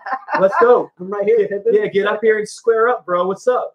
And then, like after I just kind of stared at him for a while, he kind of turned his head back slowly. Like, that's what I thought. It was like in the scene from Star Wars, Episode 3, when every time like Palpatine would say something to Anakin, he'd like slowly turn his head in the opera house, and then a couple seconds later, like just not too much. Almost just let them score because they can't play first. Yeah.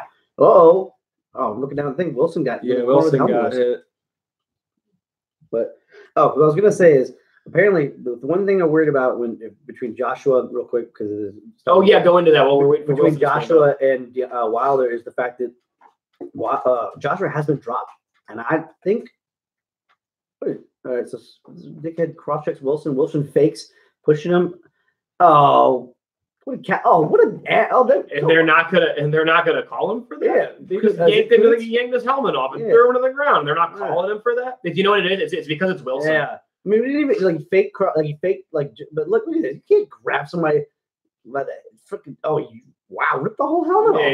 Yeah. Chris Kunitz is such a. All right. Yeah, he's jabbing him with his stick while he's down there, and I can't believe he doesn't get a penalty for that. Okay, Wilson must have done something. Yeah, what I was gonna say real quick is the fact that Joshua has been dropped. Klitschko has dropped him. Multiple people have dropped him, and which worries me when he fights a guy like Wilder, because Wilder, I think he's only maybe been dropped once, if ever, and Wilder has power and can swing, and Joshua has been known to get better as the fight goes, but has been dropped a couple times. I think he dropped once or twice by Klitschko, so it's not like he has a granite chin. So that's what. So yeah, some guys. That's my thought process about that one real quick. We did get a power play out of it. Oh, okay. Okay, good. I wasn't sure at first because I didn't see. I didn't see Kunitz go to the box. But he was also, it's the downside of not having sound. But he was also a guy that was like troublesome when we played Pittsburgh because he was so irritating. He was like him and Hornquist could just irritate the fuck out of you. Right. I thought that was going in. I was like, did he just deflect that shit from below the face-off circle? Bring back the rule. Players are not allowed in the damn crease. I thought that was the rule for the longest time, and then I learned about we almost got shorthanded on. Yeah, the Brett Hull thing happened. Yeah, where he said they changed the rule. They changed the rule. So if they didn't change the rule mid-season, then Brett Hull was in the crease. Yeah, so they should. Yeah, so there's good on Brett for knowing that. He was like, well, I mean, at that point, I think that he was kind of shoved in the crease anyway. So it didn't really matter. Even the announcers were saying that at the time. They're like, they're saying Hull was in the crease. Was he shoved in the crease? Yeah. And like, so I do agree. As a goalie, I agree with that rule. Both hockey and former lacrosse goalie. That was one of the nice things about playing goalie in lacrosse. Nobody was allowed in your crease. It was a penalty if they went in your crease. Now they could be shoved in there and they could get out, but if they touched the ball at all while you were in the crease, what was in the crease, it was a penalty. I think international rules now. If you go in for a second, but you don't come out, they what a 2 shots. Yeah, way to bring that back and take another shot. Yeah, and international or something, they do call crease violation. So if you go in and you don't come out right away, they will stop play and take the face off outside the zone. So it's not a penalty. No, no, but it's just you lose. What if somebody's foot's in the crease and they have nothing to do with the play, but the puck goes in? Do you know if that's? I don't think they count. I mean, I don't think they call that back. Right. I guess if he interferes with the goal at that point, which is its own penalty. Yeah. So that would make a lot more sense. Although, Archie, I am with you, though. I like the idea that as a goalie, you have a crease for a reason. I think people shouldn't be allowed in it. Now, also in hockey, it's hard because you're on ice. Yeah. And being on ice, it's almost impossible to control your momentum at all times. So I can see why they did away with the rule. Yeah. Definitely. I definitely can understand it. I mean, it makes it even more difficult, this whole new goalie interference penalty where if a goalie is out, but then he gets bumped or he gets bumped, but then it's how long do you allow him to reset? Like he's out, so you should be allowed to hit him, but they call penalties on it anyway. Yeah. It's like they're making a rule. They still don't know what it is. Exactly. Yeah, exactly. Brutal. We're right there with you. Yeah. They have no idea what interference is.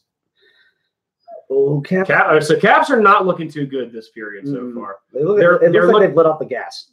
Yeah. They're looking like usual period 2 Caps right now, where they're just kind of hanging on and playing the game of hockey, but not really in it, you know? Yeah. Lots of dump outs to center ice, lots of bad passes, lots of now that being said, you know, all this time in, the Lightning only have 2 shots. Now, one of those shots is a goal, but it's still, they only have 2 shots. So maybe it just feels different because they've been controlling the pace of the game. Yeah. Also, I think the Caps are allowing them to, unfortunately, control the pace. Yeah, no, the Caps definitely aren't skating as hard as they could be. Thank God he missed that hit. I'm not gonna lie. Oh, well, he got that. He got that. Well, the reason I said this is because it looked like he took like 3 strides, and I know it's 2. You've seen some tiny love taps called. Yeah, which doesn't really make any sense. Usually in the playoffs, they get a lot lighter with those calls, and there have been some love taps that have just kind of been like, I don't know, not necessarily. Yeah. There was one on Kuzi the other day that I think against the Penguins, he technically slashed Dumoulin in the hand. Dumoulin never even picked his hands up off the stick. Usually, if you get slashed in the hand, you see like the hand come off something. I think I remember that one you're talking about because I'm pretty sure the commentators were calling it a hook. Yeah. And they were saying, like, right there, Kuzi gets in. And I think even they were saying, not a whole lot going on there. Yeah. Like, even the commentators were saying, oh, not a whole lot there. I don't know about that one. Even Milbury. Yeah. I think that was Pierre that was doing that. I think it was in the Penguin series. But he's like, you got a little hole right there, And no, I remember that now because somebody tweeted about it. It was like after he said he got a little bit of right there, right, and then it was like awkward silence for like 10 straight seconds because he just realized, oh shit, that was a really bad call. Yeah. But instead of saying like, oh, you know what, that was a really bad call, he just kind of went, oh, not a whole lot there. He just kind of let it go. Shoot. Hit the. I'm not gonna lie. Hit the. Oh wow, that was not. I put that one out of the zone. I'm not gonna lie. Though we're offsides. But nah, stayed in somehow. But now we just kind of were skating into each other. But keep it in the zone. There you go. Shots on net. Yeah. Keep the time going down. Keep chewing away at the clock. The more time in there, the better. Yeah. I think the NHL disrespected Jaromir Jagr and Jarome Iginla. How so? Disrespected them. I mean, Jagr had an amazing career. I mean, Jagr even left and came. They call a penalty on that. Oh, come on! There must be a scrap push in front of the net in between the benches. They called. Yeah, how did they disrespect Jagr? Yeah, I don't. I mean, Jagr left and came back. Chase on again. Yeah, Iginla. I don't. How they disrespect Iginla? Yeah, I don't know about that. Did Iginla get forced out at the end of his career? No, I don't think so. I mean, I don't know if you wanted to. I agree, Brittle. Yeah, that was a late call. We didn't even have sound, and we knew that was a shitty call. That's the first penalty that we actually saw get called, and even we know that was a shitty call. But I don't know anything about Jarome getting disrespected. I mean, I need you to tell me about what's going on in that one. Unless he's just people didn't want him. I mean, he is getting up there in age, and I know he still thinks he can play. As many people do as they go. Yeah, and look at Chelios and Jagr. Jagr. Yeah, well, I think Jagr is a money thing. Jagr could still play, but Jagr wants like $5 million a year, and his points have gone down a little bit. Sure. And for a team that's young, yeah, he could be that guy that can help lead and they like. But if you're not a lot of people want to pay a guy that old $5 million anymore a year. But yeah, you have to tell me about that one. Then I can then I'll understand maybe. But I don't. I mean, I loved Iginla when he played for Calgary. Definitely loved him there. Remember one time back in the old days of YouTube, somebody put up a video. It was like the most cringy thing I'd ever seen. They were singing a song about Iginla's 50-goal season, and it was literally just the most monotone voice going, Jarome Iginla, 50 goals. That's creepy. It was the creepiest and most awkward thing I'd ever seen because I know I can't sing, and the voice that I just did it, that's like the voice that did the sing. It's like somebody like me saying it. That's how bad it was. It was one of the cringiest things I'd ever seen since like the Scott's Tots episode of The Office. I mean, it was so cringy. He's Jagr age bye #1 playoff goal scoring lead. I mean, maybe. They have Ovi's regular season 400 goals, 440. Well, Stamkos also has missed, I think, like 2 years. Like, what was the penalty? Here's the penalty. Oh, we faked that. Yep. I mean, he hit the shoulder definitely, but well, he definitely hit the shoulder with the fist, but I don't think he hit the head. I'll have to see another replay of that. That looked like Kucherov sold that one. But, I mean, do what you got to do to try to get back in this game. Yeah, I mean, we still got a lot to go, a little ways to go. I mean, if he keeps playing like this, I mean, who knows? Especially the regular season. Ooh, get him out and clear it. I know we're up by much, but I don't like to see goals, especially goals in front of our net, be given up. Oh, did we go on the bench? Okay, They're calling in on the zone though. Yeah, well, I mean, we cleared it in our own zone out, and that's why it would have been delayed. Big game penalty if it went over the bench. That's why I was hoping it didn't. Yeah, scramble. Yeah, that's gonna get guys out of there. But that's something they did better last year too. This last season against last series against the Pens was not let them stand directly in front and let Hornquist. Well, it took us a while to kind of figure that out, though. It really felt like it took a long time for us to figure out. Like we need to keep these guys out, out of the front of the net. It really didn't feel like they picked it up right away. Yeah. Thankfully, they eventually figured it out, though. Yeah, Cap's Twitter's going crazy right now. Oh, really? Yeah. Well, about the penalty. Oh, yeah. I was just reading the live feed of what everybody was saying. If Ovi plays to Yager's age, bye-bye number one. That's what I was just talking about. I mean, he's still got some years left on the tires, but I think we did the math recently, and we kind of I don't remember how we came to this conclusion because we were looking at the goal scoring title, and we were saying that Ovechkin would have to score like 50 goals a season for the next like 8 years or something like that to do it. Like when you look at how many years how old he is and how many years potentially he might have left playing, it really didn't seem feasible. That's because he would have to keep him, having these 50 goal seasons. I mean, granted, he's only had 2 seasons where he scored less than 40 goals. No, that's true, and it's crazy because everybody's like, "Well, he's got to slow down eventually." Every year, people are like, "You got to assume Ovi's going to come back down to earth this year." Oh, way to get it back, Jason. It's Stevenson. Jason. Stevenson, you're right. You're right. Good call. Sorry about that. I think that bounced off the post. Yeah. You're not wrong. I mean, but you always think that's like this year. Nobody anticipated Ovi scoring 49 goals this year. Right. Especially after the season. No, nobody did. I remember at the beginning of every hockey season, ever since I started working a job where I drive a lot, in the mornings and afternoons. Listen to radio. I listen to a lot of sports radio. So if the last 4 years before the last beginnings of 4 hockey seasons, wow, what a shot. Yeah, right off the post. Every analyst is like, well, you got to assume this is the year Ovechkin slows down. This is the year he's going to score 35 goals, and that's what you're going to get for the rest of his career, because eventually he probably will hit a point where he's going to be a 30-goal scorer and then a 20-goal scorer, and then he'll have a resurgence year. We'll get comeback player of the year. We'll score 50 goals. And the long story short of it is I don't really see a scoring title coming out as much as I would love to see it. Oh, God, I would love to see it. I think you mean like the King scoring King or the title again? No, like the like the scoring title, not just for like the year. Scoring title. Well, I mean, he will go down. I think he might take it for left wings, but I don't know for left wing. Sure, maybe that's what he means though by Yager, unless he really thinks he'll beat unless Brutal Beast thinks he's really saying that if Ovi plays the Yager, he'll beat Gretzky's goals. I mean, he's in the 6s now. Right? He'd have to play. Was it another at least 5 years, 5-6 years to get to 800 or over 1,000? He's at 6 something now. Yeah, no, I mean it's 9 something. I think it's 900 something, isn't it? I thought he had over 1,000 goals and 1,000. I think he has 900 something goals. You're probably right. You could definitely. I think it doesn't really matter. Yeah. It's still a lot of goals. Right. I mean, granted, I don't think Leonis will trade him. I don't think he will allow the GMs to ever trade him. No, probably not.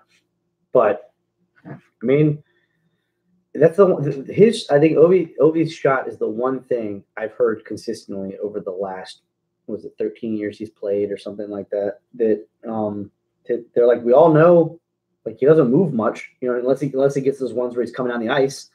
and he's able to change it. But it's like he stands in the one spot and he shoots it, and for some reason none of us can stop it because of how awkward it comes off his stick. And it's like they said, even though it's hard and like over 90 miles an hour, it looks like it's knuckling when it comes at you. Oh yeah, and well, but it's like a pitcher that has like a rising fastball or like a really good cutter. You know, it's moving fast, but it's also moving somewhere. It's not going in a straight line. Yeah. So even if you have a good beat on it, it still can catch up. Yeah. You play baseball, right? Mm-hmm. So you remember growing up, like, because now softball doesn't really. I mean, every once in a while you get a weird pitcher in softball. They'll be like, "Oh, that ball moved differently." Mm-hmm. But back in the days of baseball, there'd be times where you would swing and go, "I know I swung where that ball was," or like, "I know I swung where that ball was going." Yeah. You know, and it just drops off the table on you. It just happens, and it's the same thing in hockey when they shoot certain things. Yeah. You know, beer. You have one of those left. No, I was just gonna grab anything. Well, it's in the back right. You can open more. Okay. It's too late. The thousand one. Is that what it is? Yeah. There you go. You're fine. Cool. True or false? True or false? Sid Crosby's rookie year. Rookie year. Mario Lemieux was his teammate. I think there was recently a trivia question about this, and I think that in Sidney Crosby's rookie year, Lemieux was there. I think that was Lemieux's last year. Well, I know he lived with him for a bit too, so it may have been because he wasn't the captain right off the bat, but he was the youngest captain until was it McDavid or Landeskog, I think, or something like that. He was the youngest captain, so maybe I'm gonna say true, but I'm gonna say true because I thought this was a trivia question recently, and I thought the answer was true that Lemieux and him played together. Also, Archie, you didn't. I know you said you think, but why do you think Yager and McGinley were disrespected? I can't figure it out. So I mean, if you could tell me why if you could tell me why you think, and then I could maybe respond. I have no idea. I know I disrespected Yager a shit ton because I think he just shit on the Caps even when he played for us. But yeah, he didn't do that's just me. All right, here we go. Odd man rush, Stevenson, Eller. And, oh, I don't know if he tucked it in. Oh, I think he saved it. Yeah, he did. I think he caught it under his leg. Yeah, what a save! What a save by him. Wow. And also, he's keeping it from being blown open. Something we didn't say, which is Louis Domingue catches with his right hand.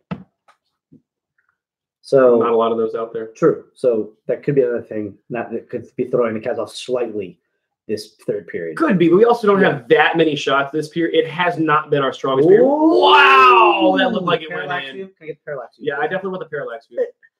Oh, here we go. Brutal beast of the math. Early would have to score 23 goals a year to pass Gretzky if he plays till Yager's age. How old is Yager right now, though? It's like 49 or 50 almost. Oh, we just missed the goal cam view. I want to see that again because they're going really slow, and I'm wondering if they're saying that's a goal. Are they going to look at it? They said they're going real slow. Well, here we go.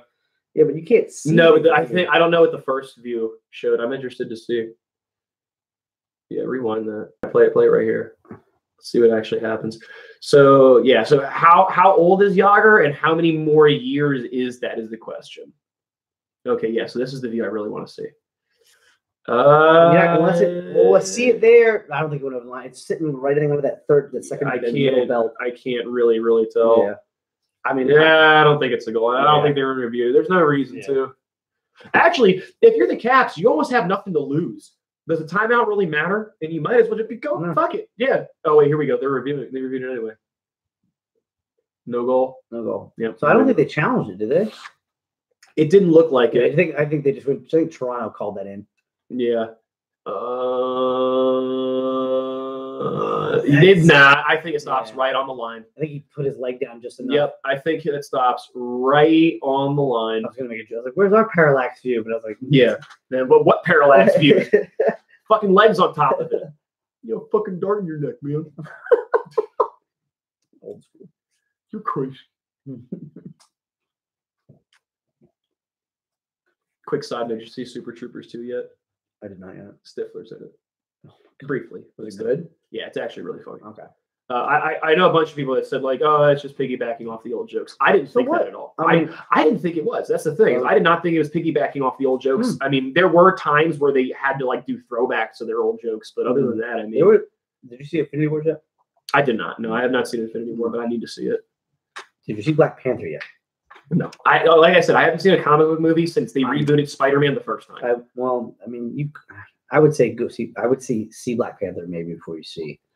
No, I know that Black Panther apparently plays into it, and I know that they go to Wakanda. So if you watch Black Panther, then you might get a better understanding of Wakanda. Yeah, really. Of what the stuff that's in Wakanda. Even that would probably why I say that. Yeah, it makes more sense. Yeah, but other than that, oh, God damn it, Caps. Yep, this is exactly what I was expecting. So up 4-0, and now suddenly it's 4-2, and there's plenty of time left for them to pull the goalie. And we do very terrible in empty net situations. We don't score very often.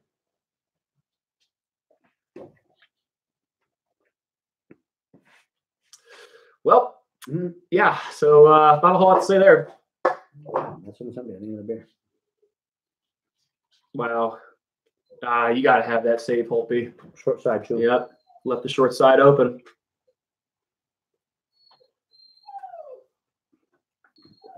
Out of position. Not in front of the puck. I'll be right back. You got this. Yeah, I got it.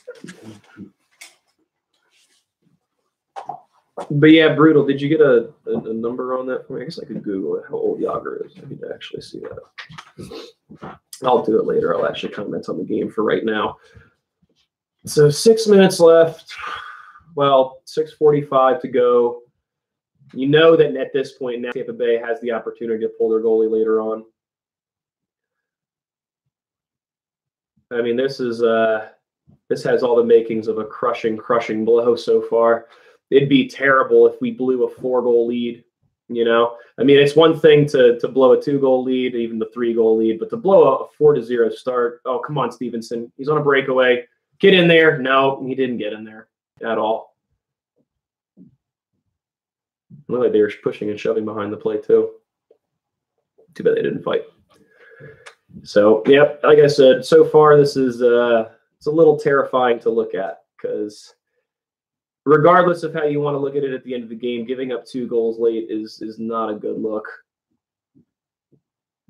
But I hope he makes a nice stop. So I'm honestly more worried about the empty net situation later than the 5-on-5 right now. You know, while there's this much time left, it's not nearly as scary as when they pull out that guy.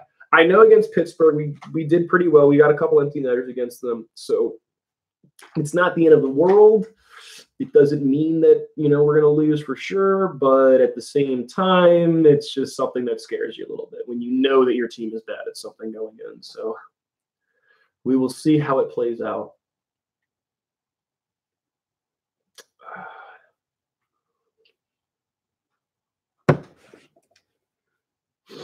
Okay, we have our Backstrom gnome here, but no Backstrom playing.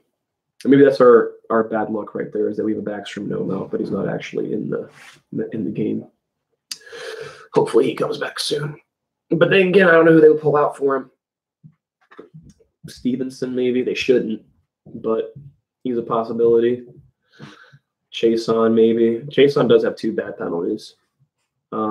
They scored on one. Thankfully, they didn't score on the other, but so far in this game, Chason has had 2 really, really bad penalties. So he's a potential guy to get the boot for when Backstrom comes back. If he comes back. That's the other thing, is that if it's a broken hand, I almost don't want him to come back. Worst thing you can do is rush somebody back from injury, and then, you know, they re-break it, or, you know. Nikki? No, I was just kind of talking about it. I went off on a tangent a little bit about Backstrom. I was just thinking, like, you know, like if they rush him back, or if they just put a brace around him and it doesn't protect his hand. I mean, what if like nerve damage happens? You know. True. I mean, like, what if he takes a really bad slash? I mean, nobody wants. I mean, he doesn't want to be like Carl, who couldn't open cans, I think, at one point. No, exactly. Yeah, I mean, you definitely don't want to. You know, you don't want that to happen. And the worst thing, you know, that could happen is something like that. He comes back with a broken hand, he takes another slap shot to the hand, and then boom, permanent nerve damage. Can't grip his stick anymore. Gone. The kid Stevenson has got wheels turning every game. He might be faster. Yeah, they're up there. They're up. Both of them are fast. It's hard to discern which one's quicker. I think Nathan Walker was the fastest one, but there's no way that he was going to stay up in the on the roster. No, he's a call-up guy. He's there if somebody. I mean, he's still up. He's just not in. Yeah. I mean, they're technically all there. Tampa Bay looks great this period, by the way. This period alone, I mean, they just look like a completely different team, and the Caps are still playing Duff and Chase right now. I mean, I think they're just trying to run the clock, and then they're trying to get back. Fortunately, they're trying to get back to what they were doing earlier. But now, oh geez, they needed to not take the pressure off. I don't know if that's exactly what happened. I don't want to accuse them of being like of sitting back and saying like that's what Trotz told them to do. Yeah. But it definitely felt like they kind of relaxed a little too much, and they got caught this period. Yeah, they got caught bad. Definitely. I definitely agree. I definitely can agree with that. Yeah. This is what I was worried about in the second period, and then the first like 5 minutes of this period. Right. And what I was saying when you were upstairs was that it's kind of typical Caps in a way. They have their weak points. Oh yeah. And we're seeing it right now. So hopefully that means that in the last 5 minutes here, that's when they turn it back on. Because generally after like a little bit of like doing bullshit, suddenly they turn it back on a little bit. Now usually it's too little too late, but since we're ahead right now, hopefully they'll turn it back on, either score one more or well, I don't actually know. Well, definitely. I mean, I always like to see it. I mean, Cooper's going to pull the goalie. No, they are. There's no question that they're going to pull the goalie. That's going to happen. I bet maybe 3 minutes. That'd be a stretch, but with the NHL used to do it like 2. Back in the day when you got by 2, they maybe do it 2 minutes. I think Patrick Watt changed the game by doing it like 3.5 minutes in. 1 or 2 empty net goals. Yeah, that'd be nice. Make the score look worse, you know? Oh, that's what I want. Make it look like they even had a chance. Yeah. Well, it's like I was saying earlier, what I really didn't want to happen, which was for them to claw back and have like a silver. I didn't want there to be a silver lining, you know? It was like, look, guys, we got a bad start. It is what it is. Let's shake it off. Let's get back. Like I didn't want that to be the conversation. I literally wanted the conversation to be, hey, all right, guys, we just got to forget that game ever happened. Yeah. You know?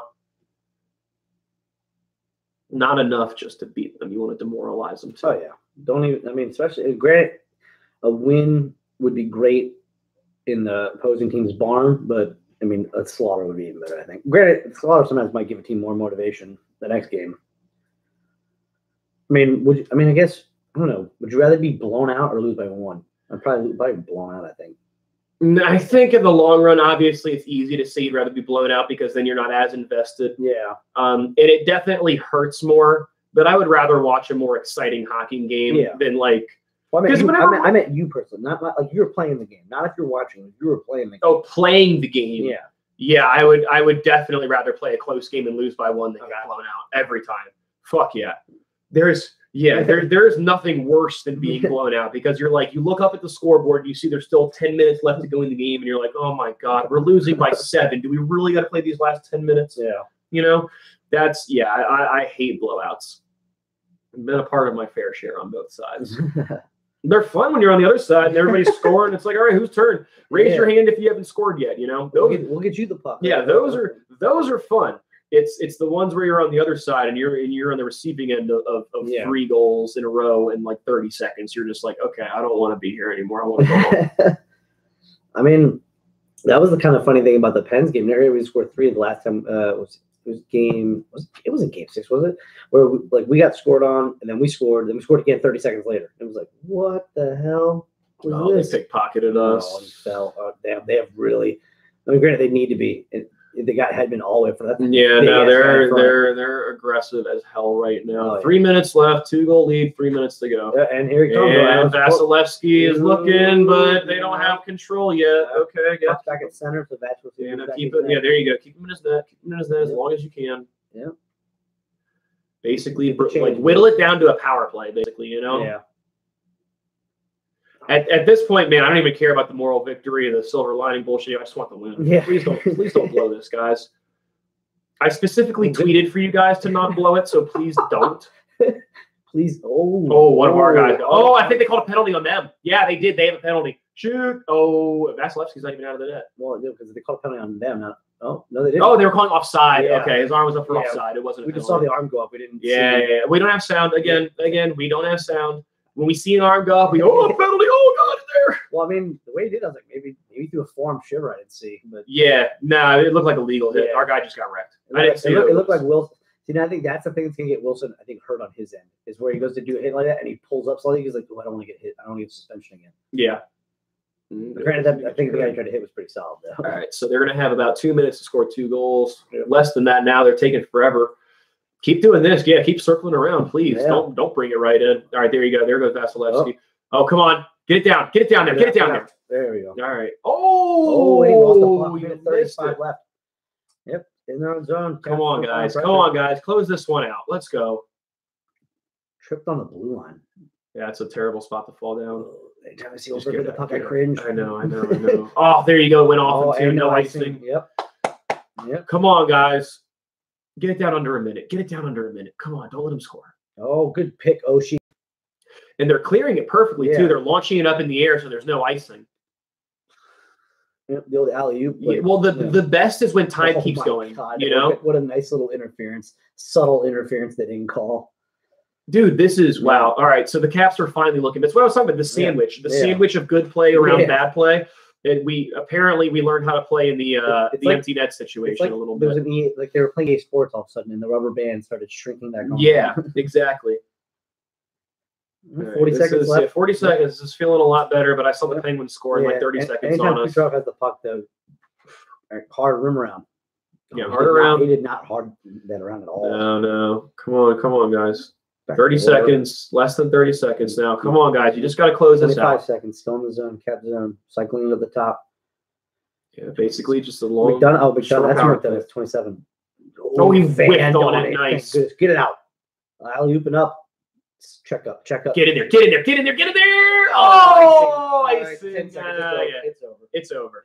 It's over. I know. Yeah. Unless they score right off the rip and then pull the most obscene comeback of all time by somehow winning a face-off and dead center taking all the way down. Crosby did score 2 goals in 5 seconds. Apparently, 6 seconds. It was like the fastest time for 2 goals. It was against the Flyers, of course. Like he scored and then they won the face-off and he did the push through, caught it like 2 steps in, and then threw. I think he didn't score. The Penguins scored 2 goals in like 7 seconds. Right. So. It's not going to happen. Yeah. Even if they score right here, I don't feel bad. Now, it's not the win that I want, but it's a win. I'm not going to be out for the last 30 seconds. I mean, I'm not upset. I think he just tries to just roll lines. And I think this is who happened to be out. I don't think it's a statement to put Ovi out or anything. I mean, he's not trying to get a hat trick goal. Yeah, whatever, dude. I don't care. If Ovi wants to pad the stats, fine. Pad the stats. That's cool with me. Oh, good foot placement.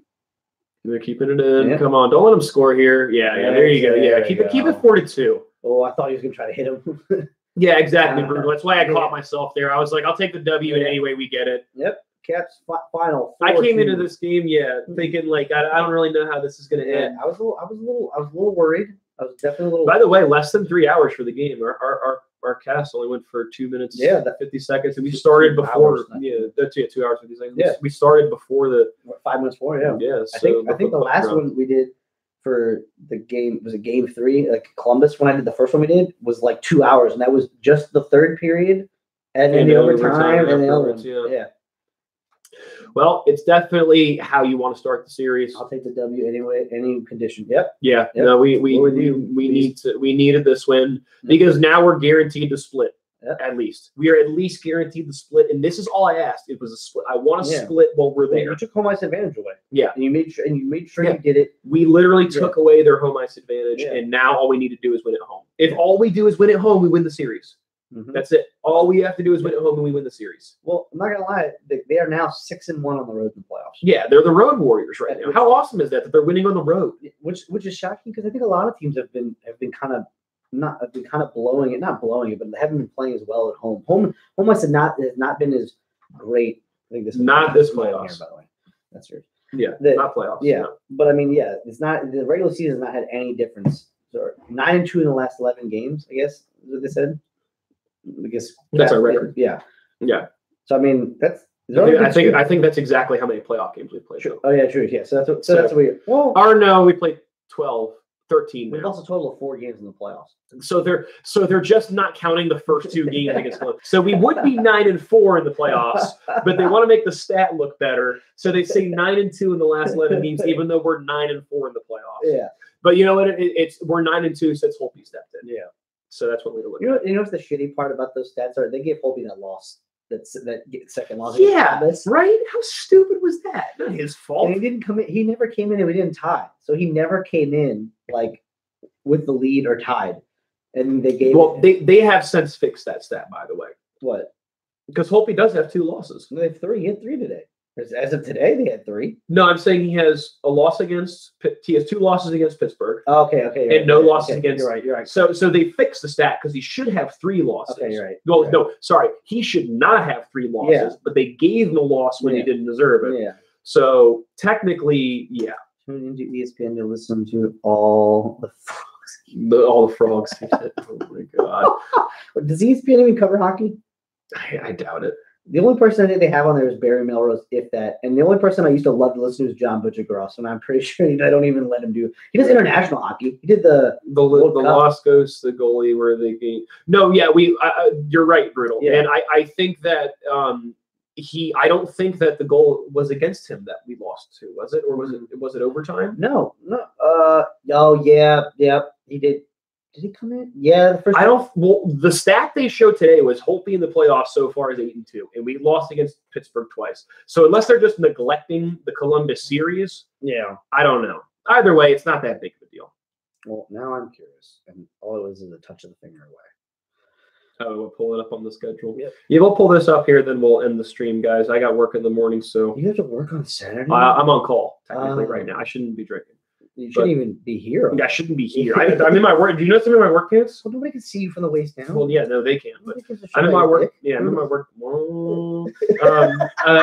I'm in my work pants though, so yeah, I'm ready to go in case they call me in. You don't want to put. Wait, what is it? Lose happy jail going to work. Yeah, I know, right? It's Wait, if you work 10 minutes, might be to 8. What do you say? going to work in 10 minutes, midnight. Oh, he's going into work in 10 minutes, midnight to 8. The night shift. Ooh, that's rough. Yeah. Did you have to wake up early to see the Caps? Because you got to be on a weird sleep. You have to be on a weird sleep. I used to do a night shift when it was 5 p.m. to 4 a.m. It was ass. Brutal. She was Wouldn't ass. want to do it. Well, it's not pulling up. It's being retarded. It is what it is. Yeah. So anyway, thanks for coming to the stream, guys. Happy to have you all here. Be sure to subscribe if you haven't already. We're going to do another live one for the game on Sunday. Can you do it Sunday? I'm pretty sure I can. All right, yeah, 8 o'clock. So yeah, Sunday, tune back in. I didn't sleep at all today. Brutal, you're a better man than me. I need a nap right now. Actually, I'm going to bed as soon as I get home. That's exactly what I'm doing. So we win. Yep, you're yes, right. we do. Yes, Indeed, we do. indeed. As was a SKS. Yep. Woo. Yep. I agree. Be sure to tune in Sunday. We'll be a little bit more organized. Yeah. Sunday we'll be here. We'll be doing the live show again. So I hope to see you guys then. But other than that, I'm tired. So are we good? Are we good? Do you want to say anything about your show? I got a show tomorrow in Baltimore if anybody's around. Caps Fan Eagles auto sub. I love it, dude. Thank you. I got to see how to pronounce your name. I'm gonna call you SK. I'm gonna call you SK. Thank you, SK. We like you. My feet is Your feet are killing you. Were you jumping up and down out of excitement? We would have been if we didn't need to stay on camera. Yeah. Otherwise, I'd be probably out this way somewhere. Yeah, give or take. Yeah. But hey, we appreciate everybody. Appreciate all the people that watched and anybody that watches tomorrow or the next day. Thanks for watching. Standing. Yeah, exactly. Freaking out because I thought we were gonna choke that lead. Oh, I thought that when I thought for sure you were gonna choke the lead. Had that goal. Yeah. But hey, it should be 3-4. They should be. Tune into it Sunday. We'll be back then. Thanks for watching, guys, and don't text and drive. It was fun. Yeah, definitely. That third period was scary. Like